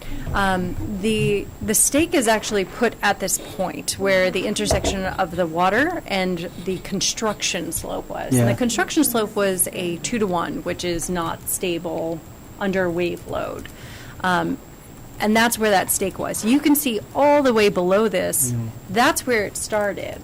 This was a couple feet lower, which if I go back another picture, you can see where this, Yeah, I see it. the lake level was much further inland than it is at this point. Even out here, it's down here, where it used to be over here. So is the term equilibrium, is that a term of art in your industry? It's a stable slope, Okay, yes. so a stable slope. So how long does it take to get equilibrium or / a stable slope? Well, that's all a function of the wave energy that is imparted on it. Now, we wouldn't have anticipated, I did not anticipate that it would drop this quickly, but I knew it would drop. So we talked about this unstable construction slope Yeah. flattening to this purple line here, and that being the more stable slope. We anticipated that would take a season to do that. We were hit with 2 storms, and it flattened it to that point already. But yet, that point where the water hits that slope, whether it was the construction slope or the post-storm slope, It's the same. So is it hit, because of these two storms? Yep. Has it hit its equilibrium point now? Yes, it is in line with the drawings of where that equilibrium point is. This bench at the top, which was estimated by me on how much would be required to keep this bench in place, was a little underestimated. I need to push that out further. So if we hit we've hit our equilibrium point with high lake levels, are basically then, are we then exposed, I should say, is the boardwalk and the bench and all that is exposed to possible damage when you have these? Even higher water levels. When you have either higher lake levels, or when we have these 1 in 10-year storms that you talked about that we've had 2 this year. Right. Well, the storm, if it increases, you're still going to get the same amount of energy because it is a depth-limited wave, so it can't grow any larger than that. The only thing that can cause more energy to enter your cove is if the water level is then higher as well. So if we get a higher surge, that allows them more energy to come in. Surge is associated with a storm period event. So it's, at this point, the waves are depth-limited, they're breaking. We've got our stable slope. If the water level goes higher, then this wants to crawl back even further. So Which we is going to get high. Yeah, so if. That's why I'm saying we need more So material. So you're saying, could we be overfilling this? Could we be doing too much to alter it and not allowing it just to naturally get to its equilibrium points? Well, its natural equilibrium point, because we can use that, is further inland than we want it to be. So we have to fill it out and create that more steep slope. To protect our investment. Yes. Protect the investment. So basically, looking forward, if we, Mm-hmm. is that because of higher lake levels, because we've already apparently reached our equilibrium point a year earlier because we've had these 2 storms, Mm-hmm. that we still need potentially to do some emergency actions down there if lake water levels do go higher next year, or we have more storms. Is there anything we can do proactively now to address that? And Yes. those were the alternatives that Margaret was showing us Out at in the the water. end. Thank you. So With that's the it. weir or the other alternative ways of basically breaking up the The waves wave energy. before they come in. Right. And let me just go back to something that was asked about the height of the offshore Yeah. facilities. The height of the offshore facilities was a very important consideration when it was designed. The public really was very, very concerned that the lake would not be obscured from view. It was the vistas. The vistas. Yes, I remember that. But I don't believe that there was ever a point where it was suggested that they be higher. It was, can we still see over as it's designed? And if this was just a boating harbor, then you could build it 20 feet high. No one would care. Yeah. But this is recreation purposes that are very different. That is very true. So you gave us 4 alternatives for more, I want to not say permanent, but just another repair possible. To provide that extra level of protection for the higher Could you water flip levels. forward to those? What is the permitting process for all 4 of those alternatives? Well, fortunately, we are in a period where everyone is suffering, and permitting has been more lenient in providing emergency approval to move forward. Excuse me. I talked with the Chicago DOT the other day, and they are running under the guidance of act now, ask for permits later. And they seem to be getting away with it as well. So if we were to approach permitting and say, these are our preventative measures for mediating any additional damage to our facilities, and can show easily that higher lake levels have caused setbacks of our equilibrium, they are likely to just give us the head nod and we can go ahead. So when would you recommend that we would do the work if we decide to do the work?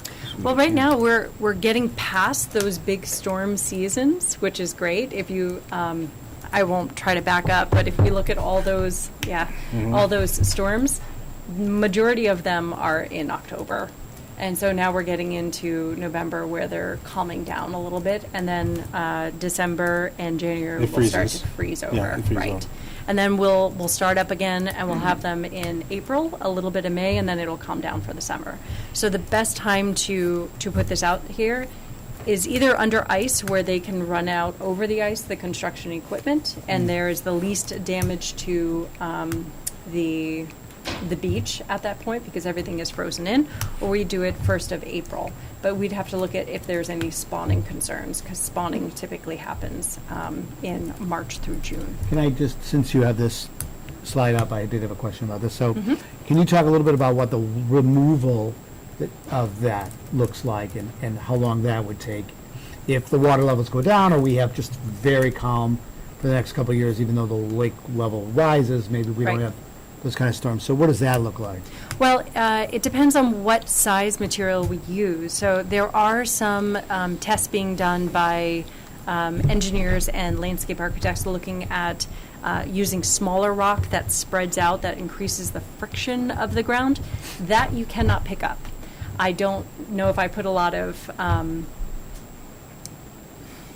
hope that's going to work very well. But if it does spread out, then you can't pick it up, and it'll just get buried by the sand itself. If you use larger rock, which is what I do recommend, it stays in that lumped form, and those are easier to pick out. Some of them will get buried, and then they will get stuck So in the it's middle. literally a crane or whatever. It is literally a crane. Picks it up, puts it in the back of a truck, and Correct. it goes somewhere. Yes. Or in such a case like this, if we put material here, what we would want to do is open this back up and just put that material along the backside to be redeployed at a different time. So that way you don't have Wanna to save remove it. it. Okay, 2 more questions. Question number Only? 1, Brian, if we surveyed our other communities that have beaches that don't have these protective facilities in the lake, I'm talking about Glencoe, Gilson, things like that, what kind of emergency repairs or what kind of emergency steps are they thinking about taking? Well, the ones that I've talked to, like Winnetka, they're just engaging with coastal engineers now to figure it out. They're a little bit behind, but I don't know if you have any other additional research you've gotten, or Mitch, or I don't know if you. If you have can, any- if you can reach out to. Let me just jump into Yeah. this, because you're asking a question that may not be applicable. Not necess- well, I But mean, let me stay with this for a minute. yeah. What we have here are 3 coves that have been created versus an open beach. But the reason I asked the question is because maybe they're thinking about doing something that would mitigate the wave damage, the wave energy, that we can maybe adopt, because we still have exposure because we're the openings of the cove. So I'm just thinking about Close what it. they're doing, and we also have Park Avenue, we have other beaches too, so. But I guess Yeah.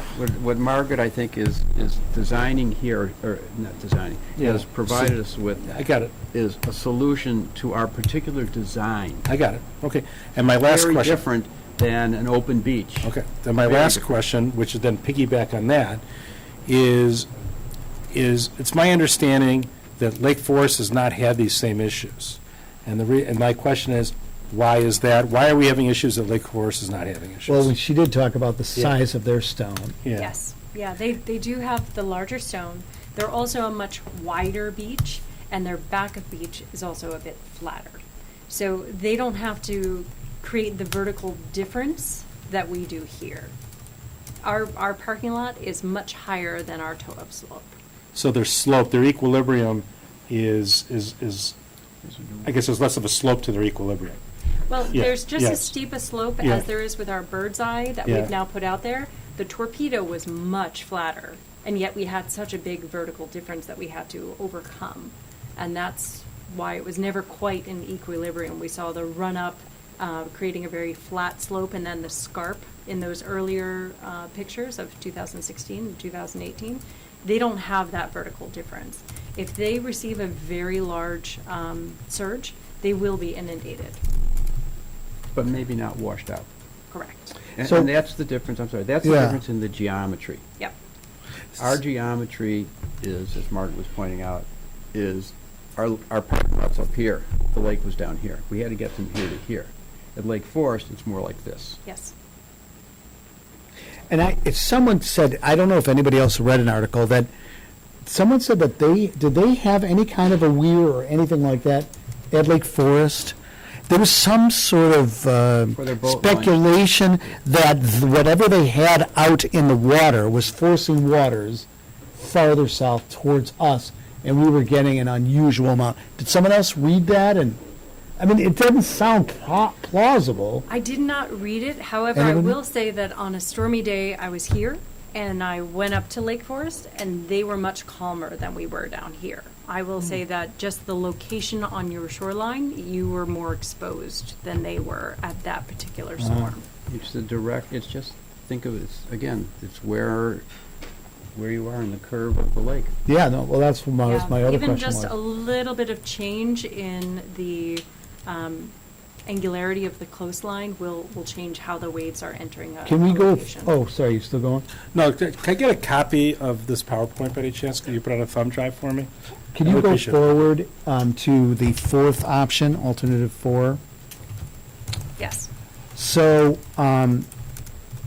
my question was, in terms of, is this more effective because of its station closer to the beach?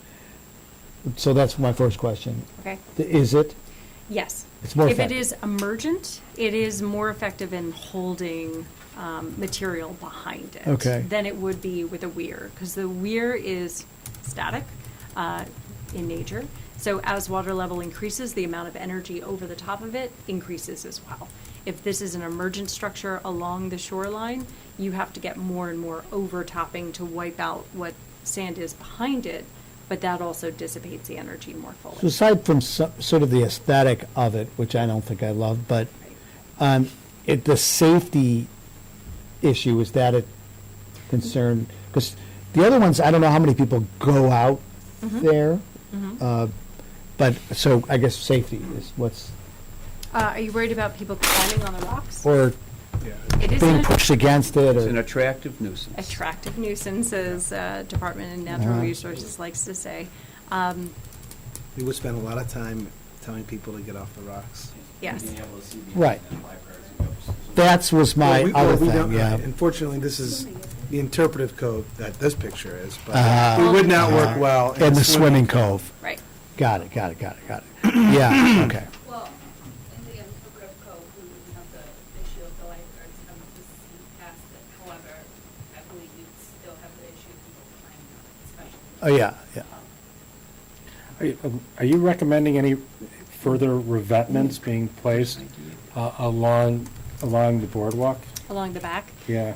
If we are accepting the idea that the sand is sacrificial, and in which case it will start to expose the back of our facility, putting in a revetment is your safest bet for protecting your upland infrastructure. Because if lake levels go down, then I guess the It's sand, covered. the sand would reappear, wouldn't it?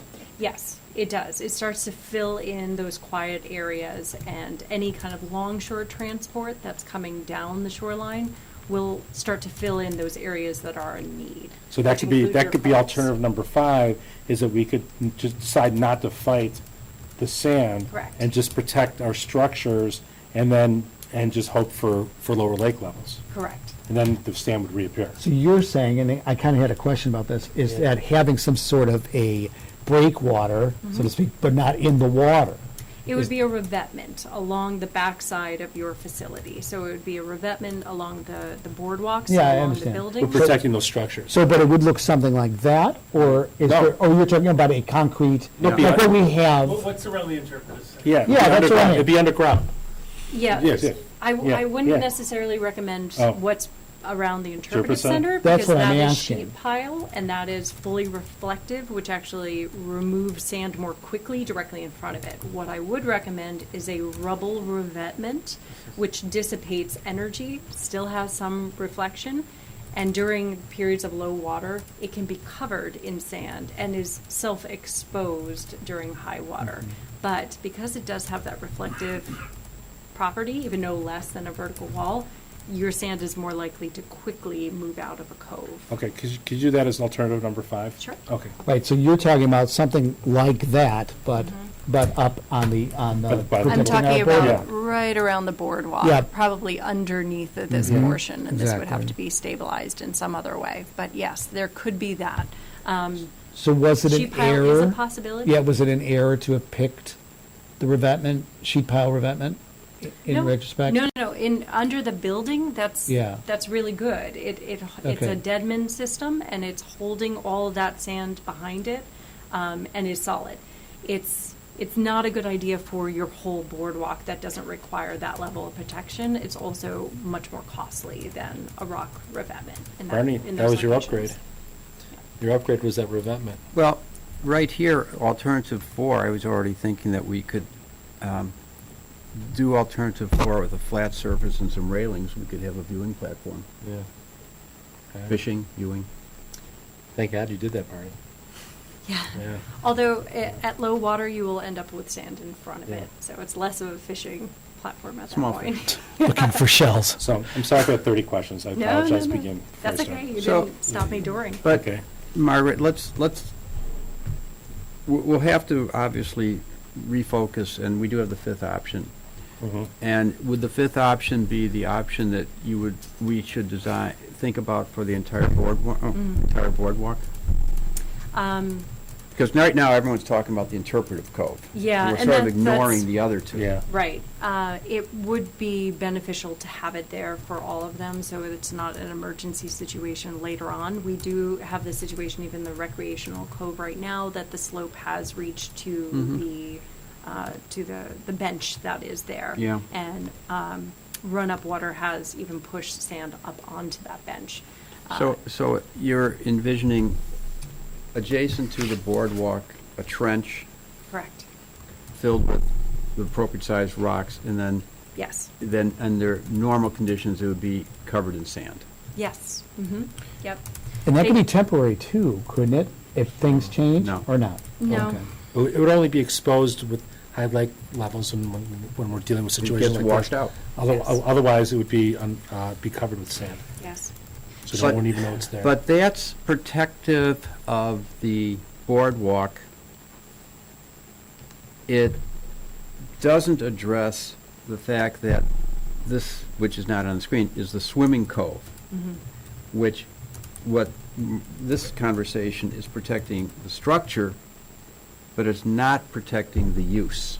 I get it. So I think the policy that we'll have to examine when we have, at least we have some time to analyze this, but the policy that we'll have to decide is, are we focusing on protecting the structures or protecting the sand and the use of the product, or protecting the sand and You the have to use? do both. Yeah. You We have have to to- see what the costs involved. Well, I know, but it's a swimming beach. Yeah, I know, but we still have to. And I'm going to say, having a boardwalk and not having the swimming beach But is- that's only in high lake levels like it is right now. If there's low lake levels, the sand's going to reappear. There is the risk analysis and the weighing of the probability of this happens and the repair of what might be damaged versus the cost of protecting it. Yeah. Because if it costs significantly less to repair the boardwalk if it fails, Yeah. than put in a protective structure, then I say don't protect it. And if it fails, then you fix the breakwater. Otherwise, you're The protecting boardwalk, something. yeah. You fix the Yes, boardwalk. I'm sorry. Yes, Mhm. the boardwalk. We still have 3 buildings there also. Yes, the buildings are important, and the Yes. buildings should be protected. The boardwalk itself, though, if it gets undermined and cracked, how much does it really cost to replace? I don't know. Yeah. But we could, and I'm just speculating, we could sheet pile around the buildings Mhm. as we did the interpretive section. And In the parking lot. and And Brian's parking- point And the parking is lot. the parking lot area. Mhm. And the reason we didn't do that, because we were told by the experts at that point that it was unnecessary. And we actually did we thought we were doing overkill by putting the revetment by the interpretive center. We never in a million years thought this was going to happen, because that's what we were told. Okay. Okay. And I know I said it's outside of design criteria, but to be on the side of Army Corps of Engineers, this would be a low enough probability that I would likely not design for it either.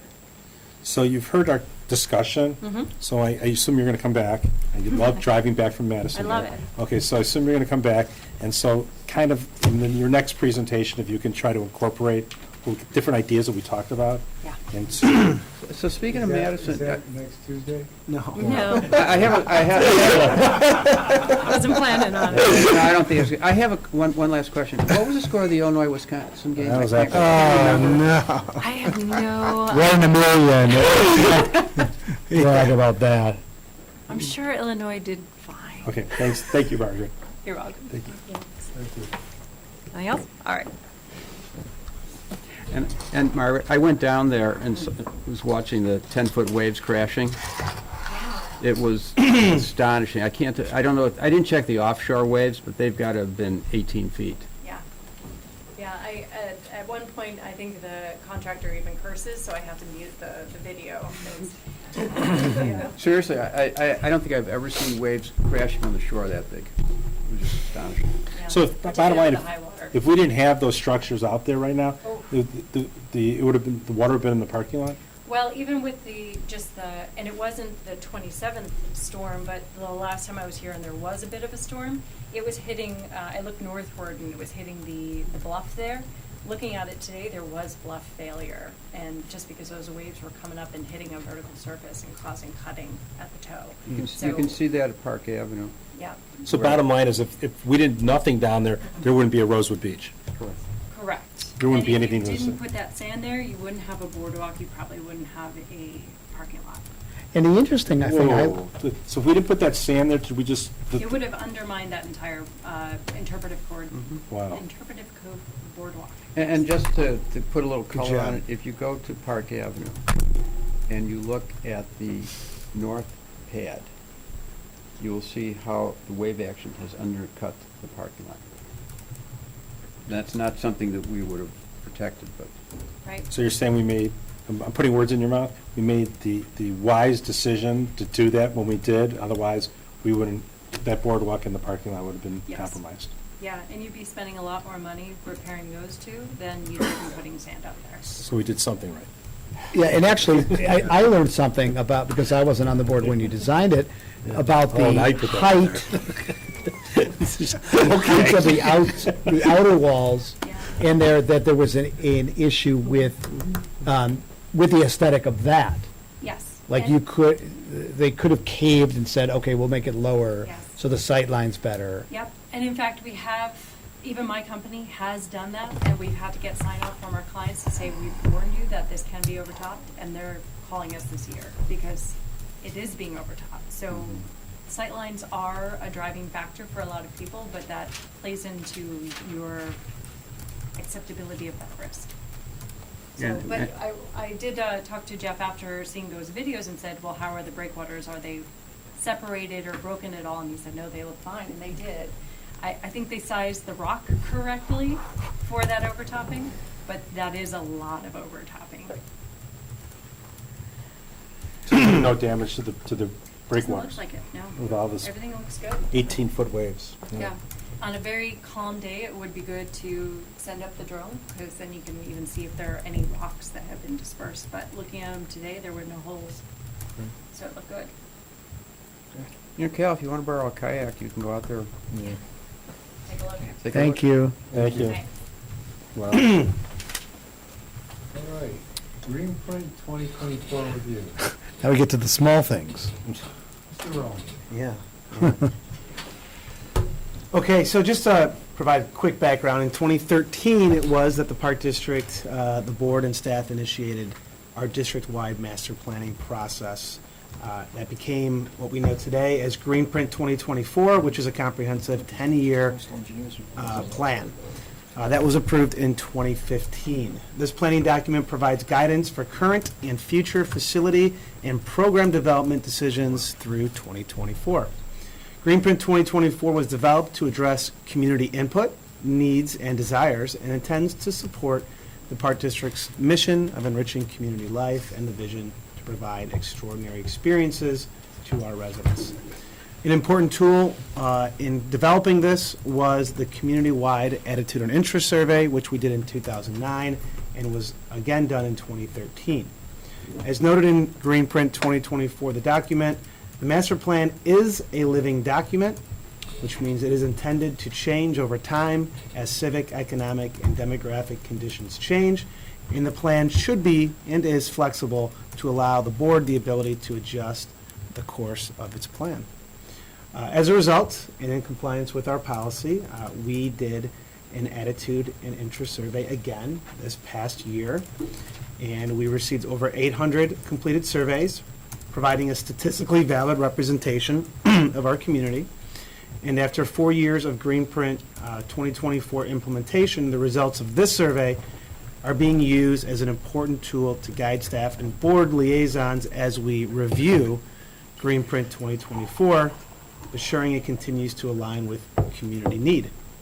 Along with an internal audit of our program trends, the survey results will help to provide a basis for future facility and program improvements. To provide a quick update on our progress since the Community Attitude and Interest Survey this summer, just want to give a quick update. In August, we had a presentation on the Attitude and Interest Survey to the Park Board. In September, staff conducted numerous planning meetings where we analyzed Park District priorities based on the Attitude and Interest Survey, our program and facility assessments, as well as participation trend data. And then later in September, we held a staff and board retreat at which we reviewed the Park District's mission, our vision, and our values in an effort to gain clarity and steer direction for this review of the Greenprint 2024 Master Plan, also our 5-year capital plan and strategic plan. Results from our Attitude and Interest Survey and program facility assessment were also discussed at this retreat. In October, we actually held 2 Greenprint review meetings with staff and board liaisons, Cal Bernstein and Lori Flores-Weisskopf. And during those meetings, we looked to draw conclusions from the board retreat and further review Greenprint 2024 and discuss any recommended updates to the plan. Staff is currently preparing a summary of those review meetings and recommended changes to Greenprint 2024 in effort to guide staff and board on future planning and capital projects and strategic initiatives for the remaining 4 to 5 years of that plan. We anticipate this summary and recommended changes will be completed in December, and we will report back the summary to the board once completed. Any questions? Terrific. Cal? I'm questioned out. All right. Let's move on to truth and taxation resolution. Mr. Becker.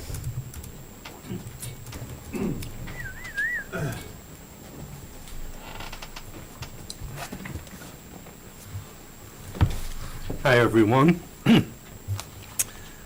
Under Illinois law, if a district is considering extending an aggregate property tax levy more than 5% greater than the preceding year's levy, it must publicly disclose its intention and hold a public hearing.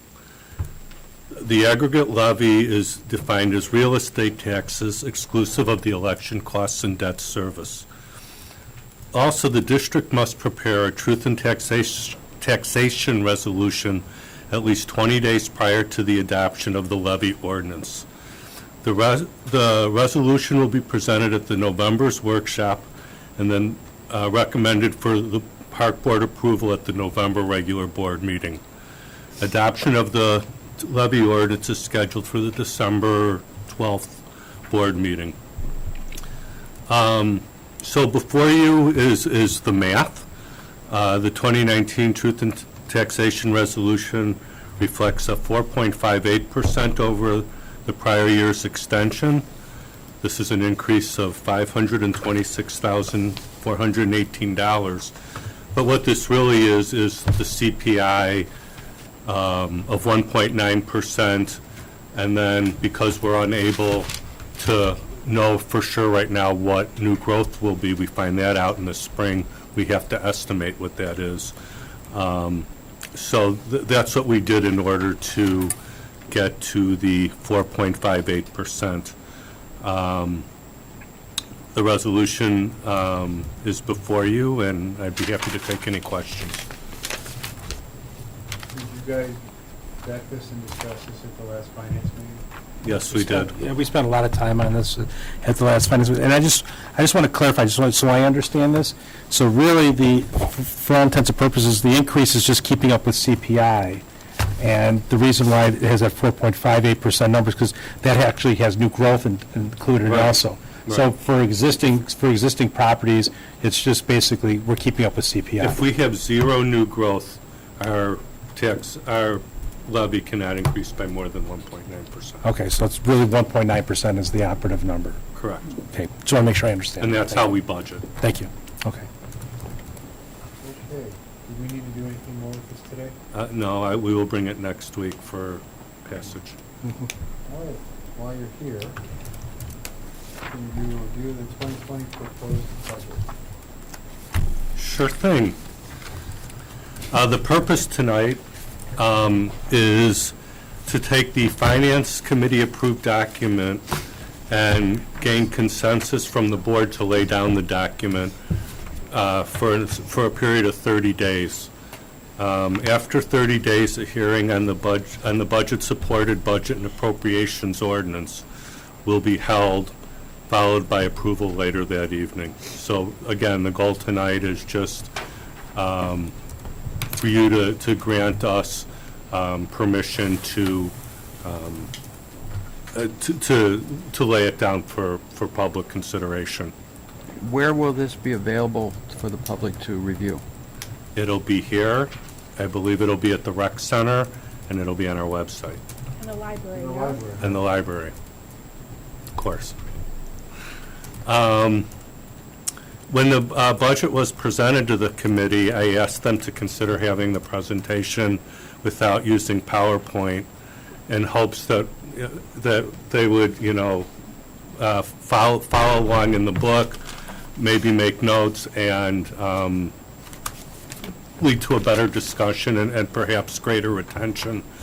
I think it worked. Yes. So we're going to try it again tonight. You have the document in front of you, and as I go through the process, I'm going to direct you to certain pages, and we can continue the discussion. Putting this together is not a one-person task. On the contrary, this can't be accomplished without input from all over the district. The process involves many staff and is supported by a tight schedule, which is described in the budget narrative. Having the opportunity to present the budget tonight without the support of all staff in the room tonight, and many more, would have been virtually impossible. I'd be remiss if I did not give a shout out to Liz, Jeff, and Brian, who served as my editors, which was sometimes challenging, to Chris Sanchez for the beautiful cover photo, and to my team in the finance office, especially Scott Rosen and Connie Warsaw. Mary Lynn, you are getting a fine team. So what will be the story for 2020? In 2019 was a year of change for us, with Liza's and Kathy's retirement, leading to Brian Romes becoming executive director in July. Despite the challenge of taking over during the busy season and challenges regarding Rosewood, among others, Brian has found the team to begin developing the district's vision for the future. The biggest challenges currently facing the Park District are fulfilling its capital needs, remaining fiscally responsible, meeting the recreation needs of the community, and working towards completion of Greenprint 2024. Significantly to that end, the Planning Department became its own entity separate from Parks, with a focus on developing a long-range plan in addition to managing short-term projects. Leadership is already working closely to achieve this goal. Before we get to 2020, though, let's look back on some of the successes of 2019. Sunset Valley Golf Course, in its first full year of operation, won IPRA's Facility of the Year award and took third place from Golf Magazine for best renovation in the world. At year's end, a grant from in the amount of $148,000 was received from the IEPA. The development of Park School was a success. The Parks Foundation began to gain traction, and perhaps most significantly, the district went through reaccreditation with IAPD and anticipates receiving official notification later this month. This was a big task.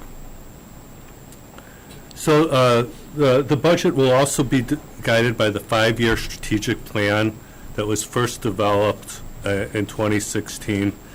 And I'd like you to turn to page 10. I'd like to talk about these for just a second or two.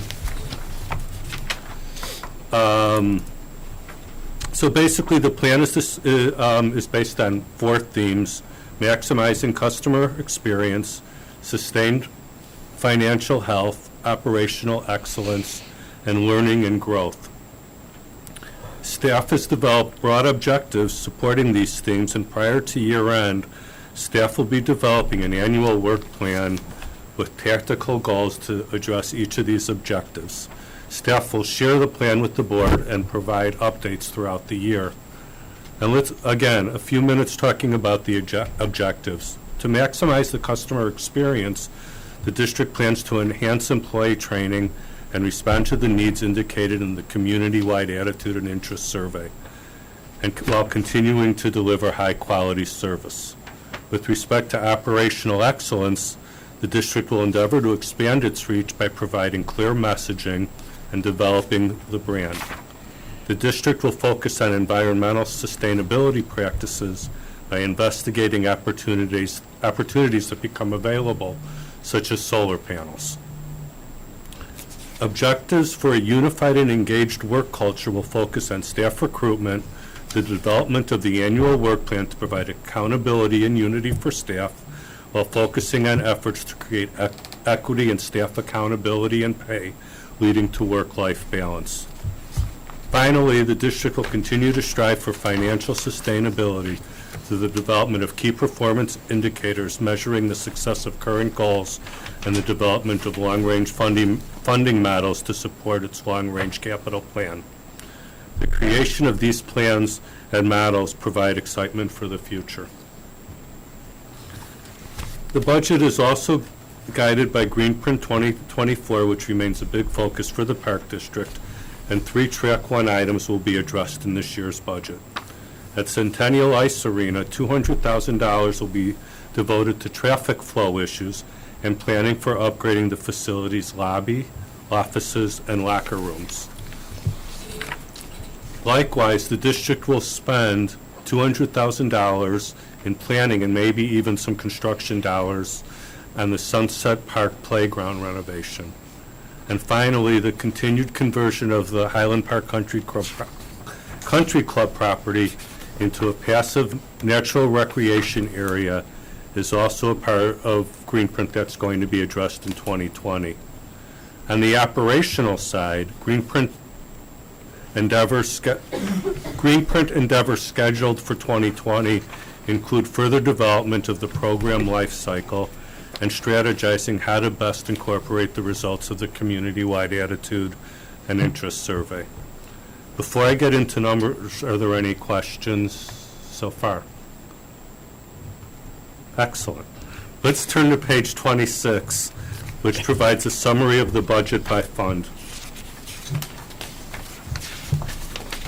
The Park District's draft budget includes an operating surplus of $3.3 million.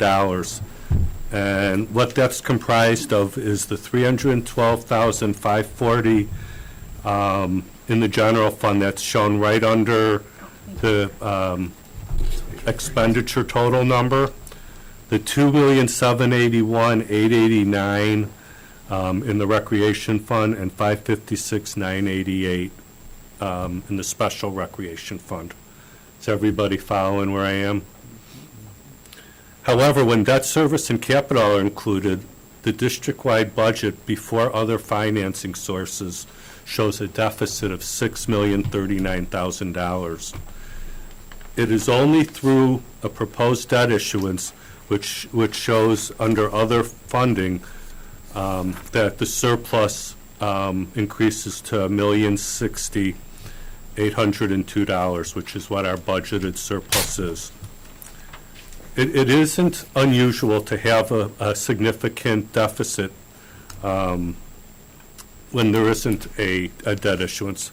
In fact, our annual district-wide surpluses or deficits have been in excess of $4 million since we've really hit Greenprint hard the last few years. The last time we had a surplus was in 2015, and that was when we had a $3 million debt issuance.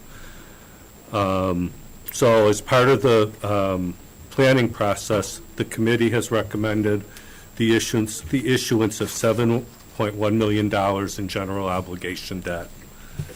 This debt must be issued by the end of February as it is critical to the continued efforts to meet capital needs. And by saying it needs to be issued by the end of February, that's for legal reasons with the county.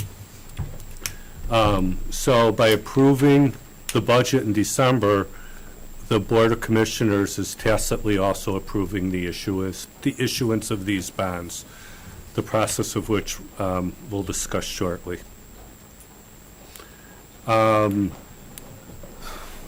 As far as revenues are concerned, property taxes represent 55% of the district's operating revenues, a decrease of 1%.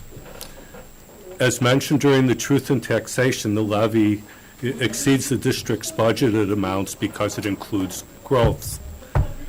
In the past, we've made those numbers the same, and we've ended up with a shortfall. So this is a more conservative approach, and also considered a best practice. If you turn to page 21, you can see that property taxes represent 6.9% of a resident's property tax bill. The other revenue types can be seen on Table 3 on page 28. So again, I ask you to turn to page 28 now. Projected revenues for 2019 fell short of budget expectations by about $1 million when you combine program, camps, fees, charges, and memberships. However, well, first of all, a lot of this was weather dependent. But if you take a closer look at what's really going on here, while the program revenues are down a little bit, the program expenses are down far more than the revenues are down. So we're actually operating more efficiently and creating a greater surplus in those areas. Nonetheless, the district is budgeting more conservatively in 2020. We've also included in the document, for those who are interested, page 57, starting on page 57 in Appendix C, we have a summary of all of our fees.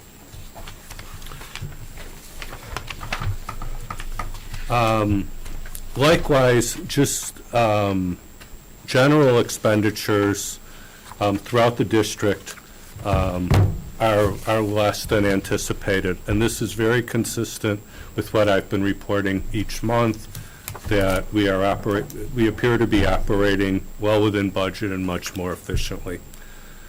There are some quirky things with respect to revenues. One of the oddities is that since 2020 is a leap year, the timing of the start of camp will allow for an additional week of camp in the second week of August. This will benefit some one-day programs as well. Also, the fact that Independence Day falls on a weekend will likely increase revenues for those special events. Another thing that I wanted to point out about revenue was our response to the Community Attitude and Interest Survey. One of the things that we learned from that was that we were lacking in adult programs. And to that end, staff really took that to heart and identified several programs that it will attempt to roll out this year. Some of the programs are already included in the budget. Others have not been included as we're waiting for agreements from third parties. But if you turn to page 24, some of the ones that we're looking at are sewing, shuffleboard leagues, art programs, ballroom dancing, swim lessons, survival skill workshops, things of that nature. So there were really, They're ready to sign up for sewing and shuffleboard, I just heard, so. You can do them at the same time, though, right? Can I put? It's put way too sewing in technical. the Paddle court? No. can you play shuffleboard on the paddle court, though? Yeah. So are there any questions about revenues? Okay. When analyzing salaries and wages, the projected numbers do not provide a useful comparison, as several budgeted positions went unfilled for either part or all of the year. The 2020 budget includes those positions that were unfilled or not filled for the full year, as well as a couple of new ones. But when comparing the two budgets, there's about a $400,000 difference. If you take out the 3% merit increase that's built in, the number drops to $166,000. And then if we further decrease that number by some changes in the law as it relates to part-time wages and minimum wage. So again, at the end of the day, it's really just a couple new staff members that are included in that change. With respect to IMRF, IMRF is the Park District's pension plan. Both the district and its staff are statutorily required to make contributions. While the employee makes an annual contribution of 4.5%, the district's contributions vary from year to year based on the investment earnings and retirements, at your agency. Back in 2013, the district paid off its liability with IMRF, what is called an unfunded accrued actuarial liability. And it was about a $7 million liability that we were paying 7.5% on. That dramatically reduced our annual rate. And in 2017, it was the perfect storm in a positive way, in that we had great investment returns and our rate went all the way down to 1.06%. 2019. I thought it was a joke when I came back and I saw that. In 2019, the number's up to 4.12%. 2020. 2020 is up to 4.12%, and that's based on investment returns that weren't quite as good. But what you need to remember is the base rate is about 8.62%. So we're still living well under half of that number, which really improves our operating funds success dramatically. There are two types of transfers that the Park District also makes, and those are shown on page 31. The first type of transfer we make is from the general fund and the recreation fund to pay for debt certificates that were issued in 2013, and those are paid based on a formula. The second transfer that we make is to the Capital Projects Fund, and that comes from the Recreation Fund, which is based on our fund balance policy, and it also comes from our Special Recreation Fund, where it is based on simply a reimbursement of dollars spent on capital items that serve the population served by the Special Recreation Fund. Those transfers are shown as they relate to this year's budget on page 31.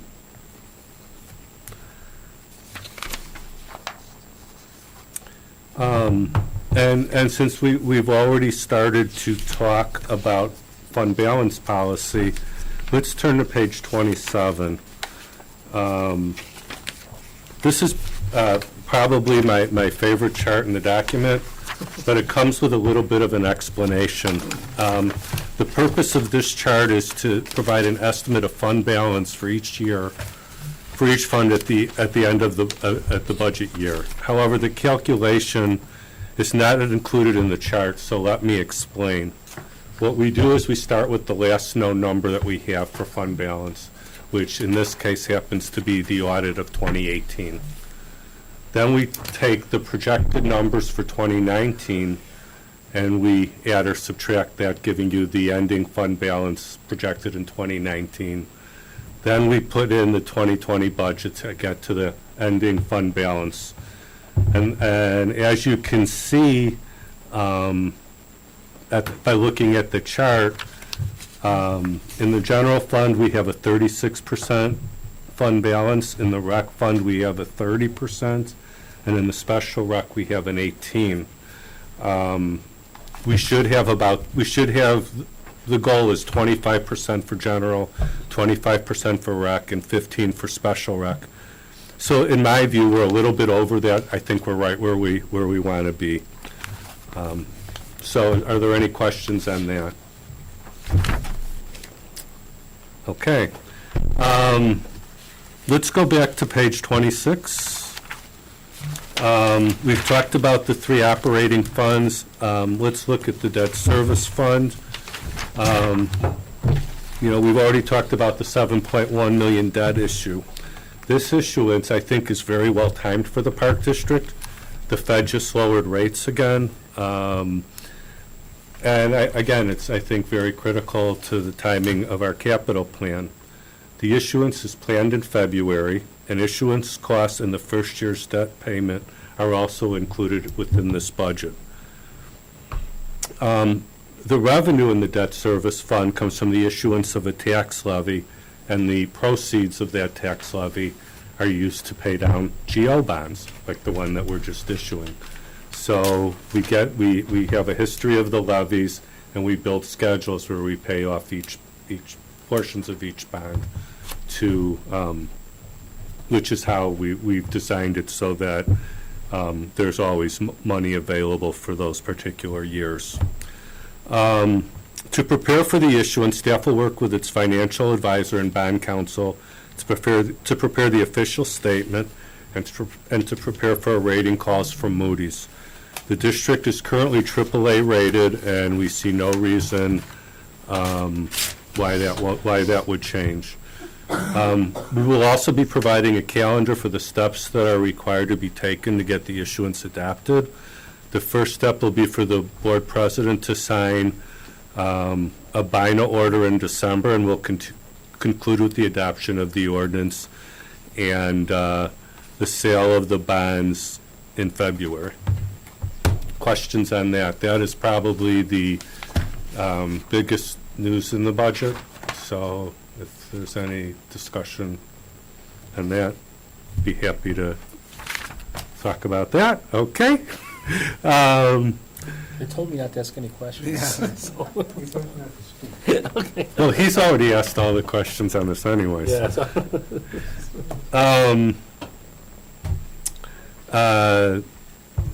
So as stated earlier, the timing of the issuance is to support capital. Our capital just for 2020 alone is at $8 million. A summary of that plan is provided on page 51 and is shown in Appendix A. And then the 6-year plan is shown in Appendix B, beginning on page 54. This capital plan is the same one the board saw October 15th with 2 minor adjustments related to the NSSRA and to Moraine.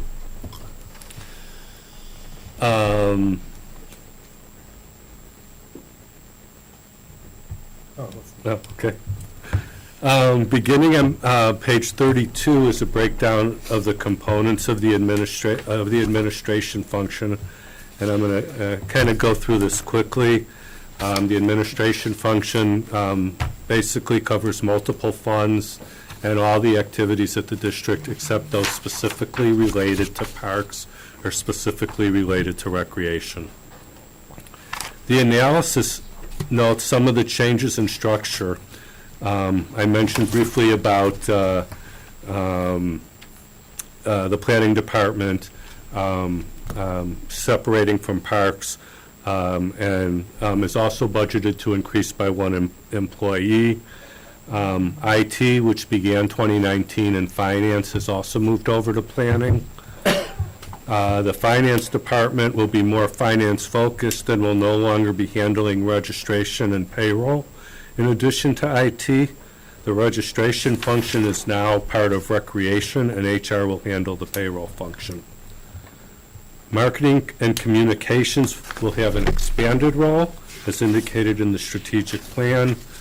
Priorities include Deer Creek and the Rec Center, with additional resources devoted to the celebration of Howler's 40th anniversary and Sunset Valley's 100th anniversary. Leadership is also considering an additional staff member in the marketing department.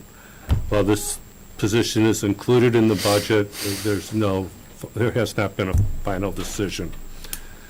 We've mentioned that HR and risk had structural changes in 19 as it took on the payroll function. Also included in this budget, $15,000 has been allocated to update the district's compensation study, and the part-time wage scales have been updated to include changes to minimum wage and the district's commitment to be an employer of choice. And those are listed on page 55 if you want to get a quick look at our compensation ranges. Any questions? Okay, let's go on to recreation. What page? 37, Page 39. 39. And here I need to stop for a moment. This is, Don't stop. I need to pause, take a pause. This was definitely one of the most organized and interesting processes I have ever been associated with. What made it special was the creativity of the rec staff and Brian. Throughout the process, there's just the incredible amount of ideas. I think this will be a fun year at the Park District with the anniversaries of Howler and Sunset. The response to adult programming. Recreation staff develops several ideas. We're bringing concessions in-house at Hidden Creek. Just lots of good stuff moving forward. So the last thing I'd really like you to take a look at is Table 10, which begins on page 42. You scared me. I thought that was your entire script there. You scared me. Yeah, he's not Tom Skelly. Tom Skilling is the god. Why are you cheating? You shouldn't be looking at anyone's papers but yourself. What Maybe this I get through law school. what this shows is the rec functions by center, and it basically shows the surplus or deficit that's proposed at each center, and this goes through page 44. Rather than going through all of these, if you want to take a couple of minutes, if there are any that are particularly of interest to you, we can talk about that. And then also on page 46, we have a brief financial summary of each of the centers, as well as some of the goals. Many of the goals are likely to appear as part of the annual work plan that we talked about.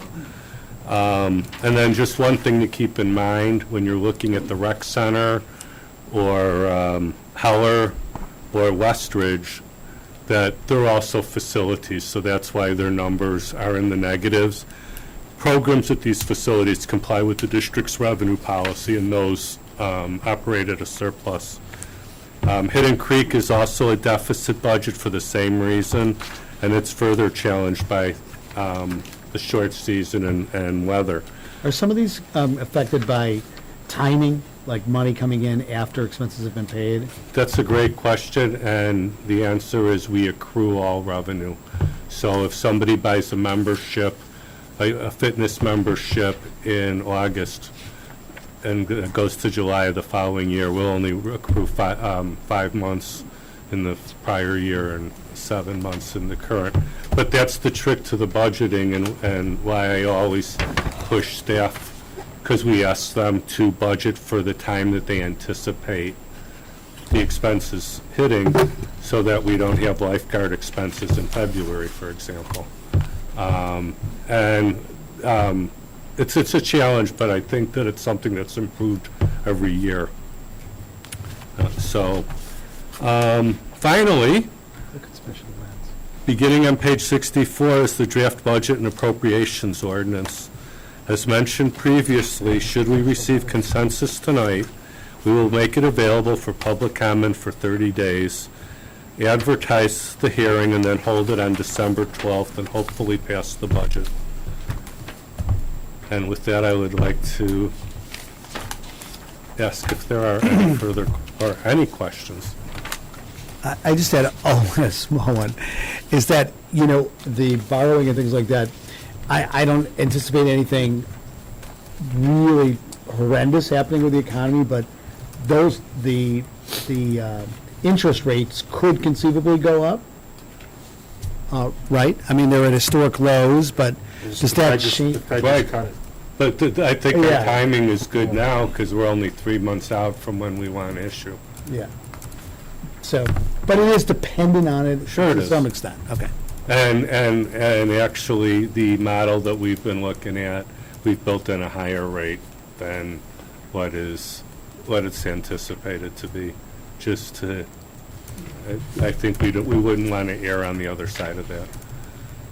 Well, I just like to say, Elliot, you did a hell of a job, man, with your team and everything. It's very impressive. Well, thank you. So I have one question, but just one more comment. Bonnie and I got to hear the long presentation at the Finance Committee. This is the short one, by the way. So we've already spent a lot of time on this document. But I have one question, because I didn't really notice it the last time I looked at this. It was regarding Table 10 on page 42, regarding the administrative deficit. It's an 816% difference. Can you just explain what that is? Why it's such a significant deficit? Well, It's percent change. Yeah, percent change, yeah.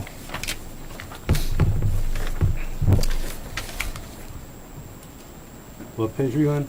On page 42. 42, the very top under administrative. Yeah. It says administrative. Administrative. Yeah. Does anybody know? Yeah, so, I mean, I'm sure Elliot will give a more detailed answer, but that's comparing the budget to projected, and as Elliot commented in his presentation, there were a lot of unfilled positions in the administrative function, so whether that be parks or whatnot. So the 2019 projected is much lower than the actual budget. And then you also add in IMRF, the significant increase in IMRF, and I think that plays into the increase of expense for the administrative function. And there were some changes in allocation of salaries as well, which I think makes that look a little bit greater. Elliot, is there anything else that I missed on that? No, I'm just looking at the differences, and I can certainly, explain the difference between the revenues, between projected and budget, and also, why the expenses, the expenses are way low because of wages. That's the biggest chunk of that. So the budget, you're budgeting for more expenses, more wages this year. Right, So it's not that's really- why you need to really compare Budget to budget. budget to budget. Got it. Okay. That's a great question. Once in a while. And all you want from us tonight is consensus to have a budget. Yeah. That's it. I was curious about one thing, and maybe Brian Romes can speak more to this. So one of the things we learned was that marketing, okay, first of all, for there's some exciting opportunities in celebrating Heller, and you said Sunset Valley, and that's a wonderful way to promote us. But my question is, it was my understanding that it used to be that every facility had a marketing line. Okay, and then what happened is if that let's say Deer Creek ran out of money, then there was really nothing more we could do because their budget was was used up. So we talked about putting it in the budget in marketing so that it can be allotted as needed. So did we end up doing that? Or Not how for we- this year, no. Okay, So we did talk about We did talk that about that. extensively, but we decided for this year to keep it in the programs, but we are in the cost centers, Okay. in the fund centers, but we significantly increased the amount of marketing dollars that are allocated to each fund center. So almost every fund center has an increase in marketing dollars this year. Most significantly is the Recreation Center, Deer Creek. Sunset's already had a pretty strong one. So I think it's just really those two significantly increased the most. So how will we address Heller and the golf course? And I was just going to say, Yeah. the marketing budget's gone up Yeah. over 50% from last year to this year. But there'll be, for example, there'll be a facility that doesn't use anything this year, correct? No. No, there's money Right. budgeted in every facility. Okay, so Yeah. will we have ample funds for anything we Yeah. do with Heller and for the 100th of Sunset Valley? Yep, Okay, absolutely. That's all I want to make Those sure. have all been 'Cause, addressed. I mean, We- these come around Those once in a those were lifetime. part of the Take great, advantage of it. those are part of the great conversations we were having. Okay. I don't want So, to steal the show, but our starters will be wearing, the paint Knickers. steward Knickers. Knickers. Okay, let's do it. It'll be some fun. It'll be fun. We're gonna lose those starters. No. Our pros will be wearing them too. All right, well, that's fair. I love it, And the board We'll even, members. of course. may offer some, special edition for sale if you're interested. Maybe. I am. Okay, Elliot. Bob? Thank you. Good job, Bob. thanks. Wait, don't go anywhere. Oh, vouchers. You look fine to me. All right, you're done. All right, does anyone from the public want to follow the new rules in place and address the board? It's only a 5-foot walk. We've lost most of our We'll bring it over to them. Okay, can I get a motion to go Not into? me. Did you read my note? Yes, I answered you. Oh, you didn't give it back. That's foilable, by the way. That note's Oh, foilable. okay. Okay. Foilable. Can I get a motion to go into closed session pursuant to the following sections of the Open Meeting Act? That's not, Section 2C1, the appointment, employment, compensation, discipline of the district, including legal counsel for the district. Section 2C5, the purchase or lease of real estate, including discussion on whether a certain parcel of property should be acquired. And 2C6, the setting of a price for sale or lease of property owned by the district. So moved. look at this. Second? Second. Second? Okay, I second. Wow. Can you call the roll? Yes. Wow. Commissioner No, it's- Bernstein, Aye. Commissioner Flor No, I thought Swicekoff, that because of Trump. Commissioner Grossberg, Vice President Ruttenberg, Aye. President Kaplan. Aye. Show that at 8:29 we are in closed session. The Democrat won the governorship in